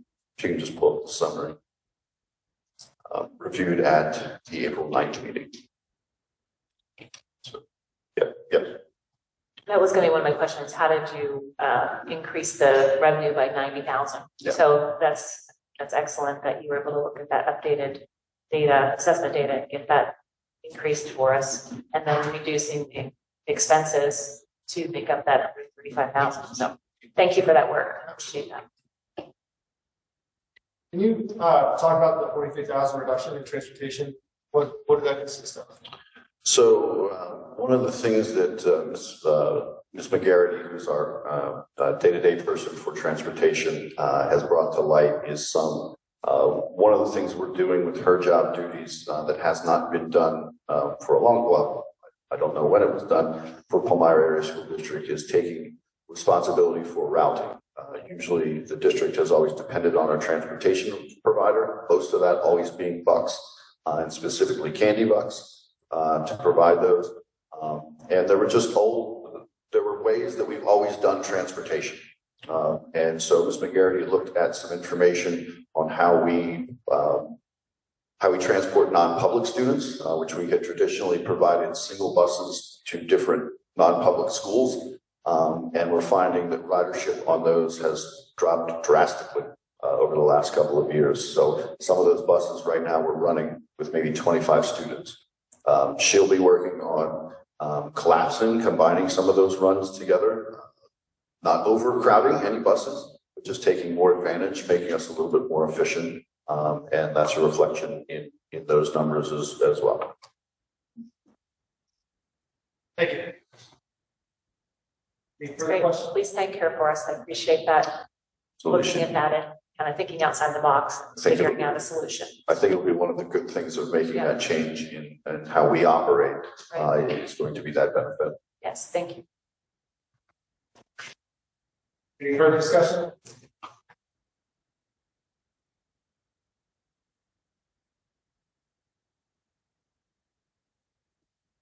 All right. So before we move on, so the next really the official thing we have to do now under Act 1 is we'll be pulling this budget information together, presenting it to you, not presenting it, but providing it on our May 14th meeting for approval for advertisement. Not approving the budget. The board is approving the form or the form of the budget that will be advertised for public inspection. That will be done on the PDE 2028. That is the prescribed PDE form that we're required to fill out to provide the budget. We'll provide the information in similar format as we've done here. However, that actual form is what we would ask the board to approve once again for advertisement for 30 days. And ultimately approval at our first meeting in June for the final budget. But just want to note that on the May 14th agenda will be an item to approve the advertisement of the budget as a requirement under Act 1. So one follow-up question. So with transportation, that's a good news story. Did you see any other opportunities to make other reductions? You're looking over the whole budget? We did not. No. A lot of those is because that process, that information was worked through prior to the information being presented to the board. So those final formats, once again, from the material aspect, won't have adjustments. From an operational standpoint, we do take the responsibility as administration as we go through, and really not administration, I think everybody involved in the school process to find ways to be more efficient or save money as we then apply the budget or go through our operational year 26-27. Thank you. That's all my questions.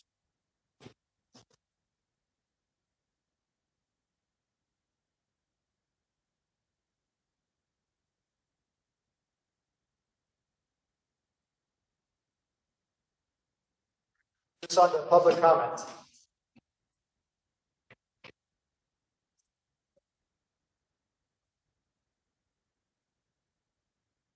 Mr. Jones. My question is just for full transparency, how long do you guys plan to keep up the zero interest, zero tax increase? Is anybody willing to answer that? Or?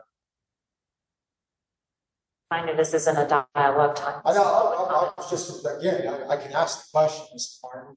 So, I mean, it's just a question. Feel free to email me. Y'all have my email.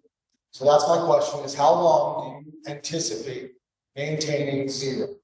Then my follow-up question to that would be, can you show me a district in the Commonwealth that has done zero for multiple years and even more than 2 years? And my follow-up question to that, I would seek an answer for, because apparently if I didn't send you an email, you won't answer it. So I'm going to come ask you a public comment. Is, have any of you managed a $60 million budget before? Have you managed a $10 million budget? Thank you, Mr. Waterman. I would agree that answer. Thank you. So managing that kind of a budget when 75% of that budget always increases because 75% of that budget is benefits and salaries, and you continue to do zero is a recipe for disaster. So again, I get it. You guys want to go zero, it's fine. It is. Just be honest. Like, stop the story. We get these president messages and we get all these, like, oh, we should be great, then fine. But then live up to what you say. Because what you say is you want to compute the community, the dialogues, but you won't dialogue. You won't dialogue with somebody that maybe is as informed as you, or maybe has some information from you. And again, you and I have not agreed on a ton of stuff, but we've agreed on some stuff. But you won't even dialogue. You won't even answer the question. You won't even sit and talk with the community. You will talk with people that are like-minded to you. That is non-effective leadership. Leadership is reaching across the aisle and having a dialogue. These two are the professionals. And I'm pretty sure I've heard it from Mr. Fetz multiple times that zero is not an answer for a prolonged period of time. So either he's the professional or he's not the professional. That's what I'm just asking. You asked for the plea, so I'm here. I'm asking for you to do what you preach. Reach out. I'll buy breakfast. Tell me the ideas. I'll be a guy who'll go and help running up the flagpole with me. If it makes sound sense. I'll listen to you, but please listen to me. Brought up security. A new gym takes care of security. So don't talk about security anymore unless you're willing to talk about a new gym. Talked about taking care of our faculty. Told you once again. Zero ain't going to get him bathrooms. And none of you work in a building that doesn't have bathrooms.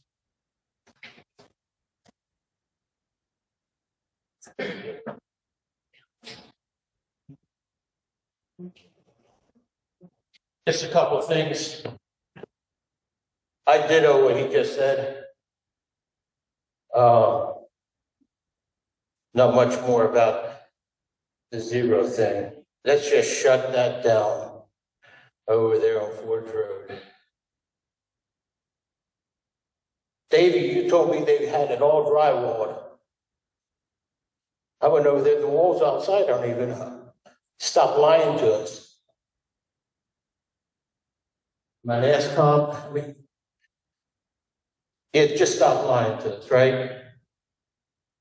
Let's work together. If Donald Trump was here, this wouldn't be happening. It'd be done. That Pine Tree School would be done. Now we're done with the rain. I gotta go. So I thought, my last time I can share something with you. Who's in charge of this? Hello, who's in charge of this mic? I'm controlling. Most people don't know how to talk into a mic, you know that. So it's your job then to make sure that the mic's in front of them. We couldn't hear a damn thing. And then that dog thing might have been great, but we couldn't hear nothing. And most of the other speakers we didn't hear either. It's your job then to make sure they're talking into the mic. Most people aren't public speakers. Got it? Thank you guys. Jill, you and your team, thank you for all the hard work. I hope we can work it out. Have a good night. First of all, I just want to say thank you, Mr. Friends, Mr. Drexler, and Mr. Steinmetz for putting the budget together. I know it's a lot of hard work, so we appreciate it. I wasn't really sure where I wanted to say this, but the end of the Finance Committee meeting seemed to be the best place. After some comments that were made in, I think it was 2 board meetings ago, I reached out to the Lebanon County Tax Collector Bureau to get some facts. The Lebanon County Tax Collector Bureau are those who collect the taxes and deal with delinquencies. They shared some facts with me that I would like to share with you. There are on average 250 parcels turned over annually for unpaid taxes for Palmyra Area School District since 2021. Property owners have 2 years to pay taxes before going into a tax sale. This is mostly senior citizens who pay monthly payments or have a friend who bails them out. There are approximately 40 parcels in the district that get advertised that they have delinquent real estate taxes. 9 properties sold for tax sales in the Palmyra Area School District from 2017 to 2024, 4 since 2021. Currently, there is a farm who didn't pay taxes for multiple years and now has filed bankruptcy this year. I was told that this, and I quote, most definitely is a hardship, and for anyone who thinks otherwise is welcome to sit in the tax collector office to listen to the hardships of those in our area who struggle to pay their taxes on a yearly basis. So it was just a follow-up, and it was mainly Mr. Guide, and I will talk to him when he gets back to share with him what they shared with me. So anyway, I just wanted to share that.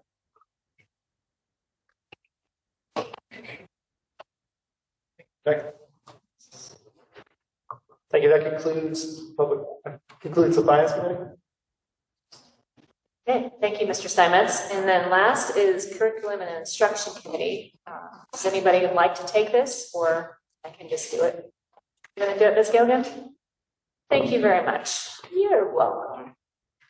First on the agenda is the 26-27 Ed Tech Council. I'll address this one in that annually this is a contract that we find very beneficial.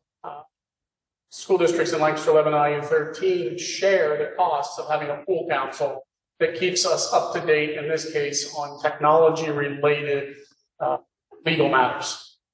And a lot going on with artificial intelligence, things of that nature. So it's our continued recommendation that we participate. You'll notice it's a flat fee of $18,480 in total. If all 22 districts participate, it's under $1,000 a year. And we get emails, if not weekly, bi-weekly, multiple a month with legal advice on hot topics. So is it something that is proactive from them or reactive as well? If we have a question or a concern, we're able to email them or reach out. We get a specific answer as well. Any district asks questions, it's out there, they answer, we all get the answer. So it might be something happening elsewhere, and we're getting the answer for under $1,000 for an entire year's worth of benefit. How long have we done this, would you say? I mean, I remember it since I started on board, and I'm in favor of continuing it. I just want the public to kind of get a little more information about it. In my 13 years, it might have been that entire time. Okay. I don't know, I think it's been very valuable for you all, is what it seems. Absolutely. So that's Sounds like a good deal to me. that would be a motion then at the May 14th meeting, and as part of our budget. Okay, the next thing is the 26-27 legal consortium with special education. And this is the same concept with pool counsel for special education through Sweet, Stevens, Katz and Williams. We're a $26,250 total, broken down across districts, $1,141 at our cost. Again, we find it very beneficial, keeping us abreast of things taking place in the world of special education. So is this again something that we can ask specific questions, but it's just advisory in nature? It's not like they would do any kind of work for us in particular. Correct. It's It would just not get advisory. involved in any student matter, personnel matter. But it is something that we have used quite a bit. Is it worth continuing? Very much so. Yes. Okay, and number 3, we have curriculum and instruction updates. Mr. Frank. Okay, thank you, Ms. Gilligan. Dr. Maria Miller is going to join me here. This is very different for us at 8:45. We've been moved from opening act to headliner, so it's very exciting for us. So I like the positive spin on that. Thank you. I'll make sure everybody's awake out there. Yeah, thank you. So if you go to the next slide, just to review our goals. Curriculum cycle, obviously one of our primary goals in our admin team, and our achievement growth and multiple measures of data. So next slide, at the conclusion of our February presentation, Martin asked a very good question about science data. So we did not have that included in our math and ELA data review, so we wanted to give you a little update here. So first, to give you some background that some of you may already have, but PA STEELS, quiz on what STEELS stands for. Science, technology, engineering, environmental, literacy, and sustainability standards. So they went into effect July 1st, 2025, which is this year, but just like everything else with Palmyra, we were ahead of the game. So we had board approved curriculum in August of 2024. So, you know, we're ahead, which is great. It's good we implemented the standards here early, but it may have an effect on state assessments where we weren't as quick to respond to the new standards. So if you look, 2025, PSSA Science STEELS field test moved from 4th grade to 5th grade and remained in 8th grade. And that was just the field test, so no accountability attached with that. And then 2026, PSSA Science full implementation of STEELS standards in 5 and 8. That's what our students are taking here soon in May. Winter Keystones, which is the data that Dr. Miller will be reviewing in a minute, that was still based on the old previous 2010 standards. So even though we've been teaching the new STEELS standards, the Keystone the students just took in the winter was actually based on the old 2010 standards. So it took the state a little bit to actually implement those standards. So again, spring 2026, which our high school kids will be taking very soon, that has the full implementation of the STEELS standards. So any questions, just wanted to make sure everybody had the same understanding of STEELS standards. Okay, Maria, next. So the first graph that we have up here shows our biology keystone assessments from winter to winter. And what you can see is the first one is our January 2026, the most recent keystones that our students took. And the way that the high school is designed is a semester course. They take it in their semester. Our teachers had already shifted to teaching to the new standards. but yet they took an assessment on the previous standard. So even though this data is something we can look at, the way that we're delivering the instruction and the content is a little bit different than how it was assessed because of the legacy standards that they're calling the assessment they gave. So we will be giving the Keystones soon for the spring, and these Keystones will follow those Steele standards. So what our teachers have been teaching them will be assessed at the end of the school year. So that'll be neat to compare that data. So this is data that our teachers have access to. You know, they can go in and look at it and reflect on the students that they had last year. And then also look at the population they have this year and kind of look at how are they going to shape their instruction in order to meet those needs. So those are the different areas that were assessed for our Keystones. Slide. So because we don't really have that assessment from last year to look at, it was field tested, so the PSSAs, that typically that's how we use that information to say, like, are the programs working? What do we need to shift or shape? So we implemented a new curriculum last year, so in 7th grade, that the 8th grade assessment is going to be measuring the content from 6th, 7th, and 8th grade. So our students haven't been exposed to all of this information just yet in the way that it's delivered by the state. So the best tool, and it was really kind of a, you know, whenever you're as data practitioners, whenever we do look to analyze data, we want to say, what's the purpose of it? What's the best tool that we have at our fingertips in order to get that information? So the teachers in 8th grade felt that this Firefly assessment, which you should be a little bit familiar with, as we talked about with the math and reading. However, math and reading was in its 2nd year of implementation, and the data there was comparatives. They're able to look at how much can this be a predictor of performance on our end of the year assessments. Meanwhile, our science tool doesn't do that because we don't have that year of data to compare it to the actual assessment at the end. So this is a year where our teachers they wanted to have the students, their purpose behind it was to give them that access to platforms, the similar platform that they're using to take the PSSAs, and then also look at it as a practitioner, as a data-informed educator to say, where in my instruction do I need to beef up a little bit? Where in our programming do we need to kind of look at pacing and instruction? So the teachers were able to take this data, and we did look at it and kind of generalize it in those different spaces. So they could say, oh, it makes sense, like our kids didn't have this in 6th grade, or this wasn't touched as heavily in 7th grade. We just shifted it. And always, whenever you're implementing a new curriculum, it's that 3-year trend. So we took this and kind of said, okay, this makes sense to us. And what I'm really excited about is this data will help us over time to say, is our programming working? What areas do we need to kind of refine or look at? So we are going to continue to use this assessment to shape our instruction, to support students, and look at those projections too when we get that information. And it's that once the assessment has been, you know, done over time, and we were probably some of the first district to take this assessment. So it'll be neat to see how we compare to the other districts when the actual data comes back to us in September. So our 5th grade teachers did the same thing. They wanted to get their kids exposure to the platform. They wanted to say, how am I doing as an instructor? What does it look like? What's the language like? What are the tools like? And is our program working? So it was nice to sit down with all the 5th grade teachers and look at the data and really say, like, is this a good measure of what we're seeing? Do we need to refine some things? What kind of assessments do we have that let us know that this is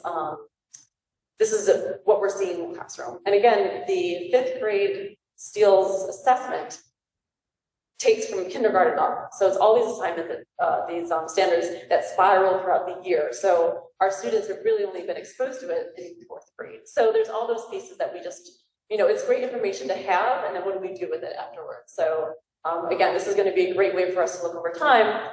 Is the program working? Do we need to make refines? And especially when we talk about the curriculum cycle at the end, when we get into that evaluate phase, this is going to be excellent data for us to say, we're seeing growth. What's happening in the classrooms is helping our students really master this understanding.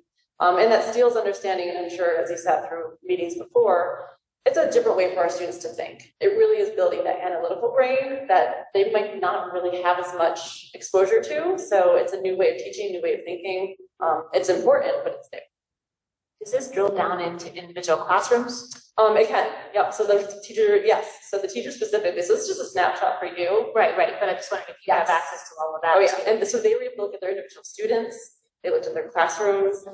You can even compare different classrooms across the district to show it.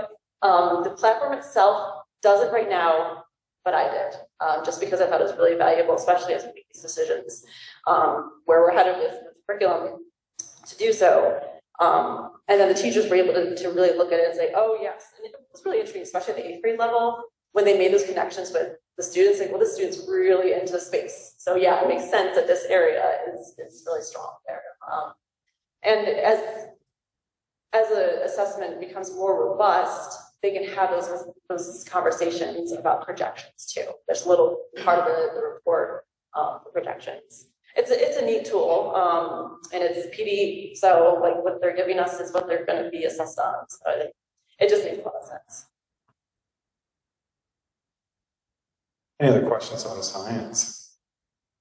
While we have you this evening, we want to review some of our goals, our elementary, middle school, and high school goals. So we'll start with elementary.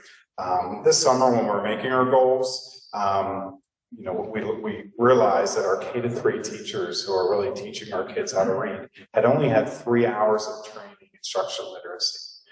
So we realized that that's a deficit. So recent state legislation has noted that professional development around the science of reading is a major priority.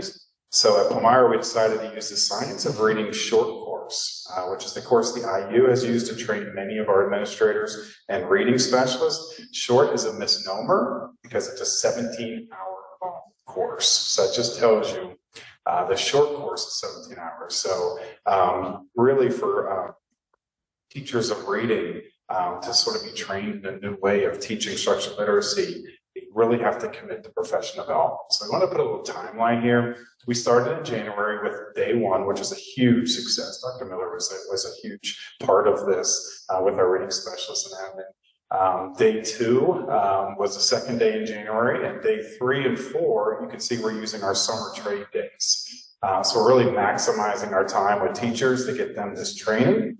And then we're really hoping to get very close to finished in October so that we can actually start reviewing programs. Another part of the state mandate is that we have a state-approved curriculum for reading K-3. So we're really using those K-3 teachers who are being trained here in the science of reading, using those skills that they're learning and training to then evaluate programs. So our goal is really to start getting some program information to you by January at the latest. Probably need some budget numbers before that, but at least getting narrowing down programs that we can implement. So stay tuned. We'll be coming back with more information on that. But our teachers are working really hard. Our coaches, our admin are really committed to this science of reading, structural literacy training that we're doing. Do you want to take full day, Kate? So one piece, we're going to follow up. You got to see a really dynamic presentation from our kindergarten team, just talking about that full day K and that impact. And one of the pieces that came up that really going to we feel that the students that were, or the incoming kindergartners, just don't seem as prepared as in the past. And we can have these feelings, right? But really looking at the data and saying, like, is that actually what's happening? So working with our kindergarten, the legal principal who has kindergarten in the building, I was able to take the screening information over the past 3 years. So every kindergartner is given a screener that equals like 72 points. It's different allotments for certain areas for math and literacy. And from there, they go through and will determine eligibility for our full day program. So based off of numbers, like how many students is appropriate to have within a classroom that has that full day, or meeting those full day needs, we have to kind of set a cut score to say these students are eligible for it. And over time, just like, I feel like it's going down. So the graphics you see up here shows you the number of students who scored under 35 points, so under that 50% mark. The number and the percentage is more important because the number of students that were screened in 2023 was a lot, like 30 students more. We're not sure why or where that happened or if there was another piece, but looking percentage-wise, we see that there was a higher percentage of students who scored under that 35 points correct on that assessment. So therefore, we, in order to keep our numbers appropriate for those full day classrooms, we had to lower our cut score and say, okay, if you was score 24 or below, then we're going to give you an opportunity for that full day programming. So it just neat, not neat, it just really did say like, okay, what we're feeling, we're seeing. So there is this greater need, whether it's the pre-K experience or more students not attending pre-K, and we really have to dive into that. But as far as us as a district, what can we do to support that? So what would that mean if we were able to offer more full day for our students or more opportunities for full day? The other areas of our goals was our 6th grade math growth.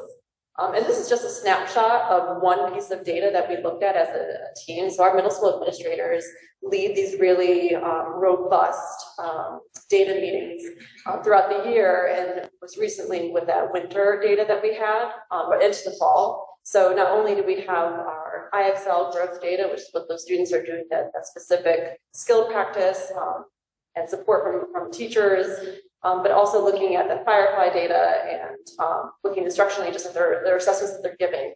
And what we were able to do with our 6th grade team is look at historically. So we were able to work with this, our math specialist from the elementary, who kind of was able to say, like, these are some concepts that kids do struggle with in elementary, so we need to refine it more from 6th grade, or they've never been exposed to it. And then how do we build that background knowledge for them so they can leverage and attach meaning to the new concepts that they're learning. So we are seeing growth, like it's happening. Our kids are learning, our teachers are leaning into the process. And so we're excited to kind of see how this continues on at this trajectory. And the same thing goes for our 7th grade team. Again, our administrators lead really amazing data meetings. We're incredibly data informed and driven.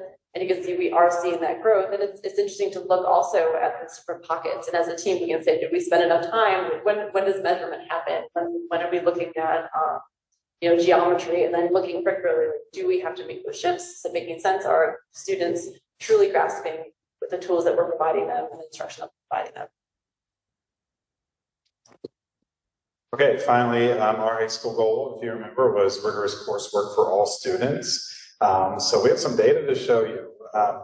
And first, praise to Dr.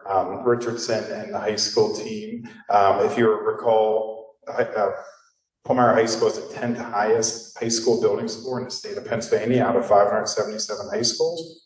And he and his team continue to innovate.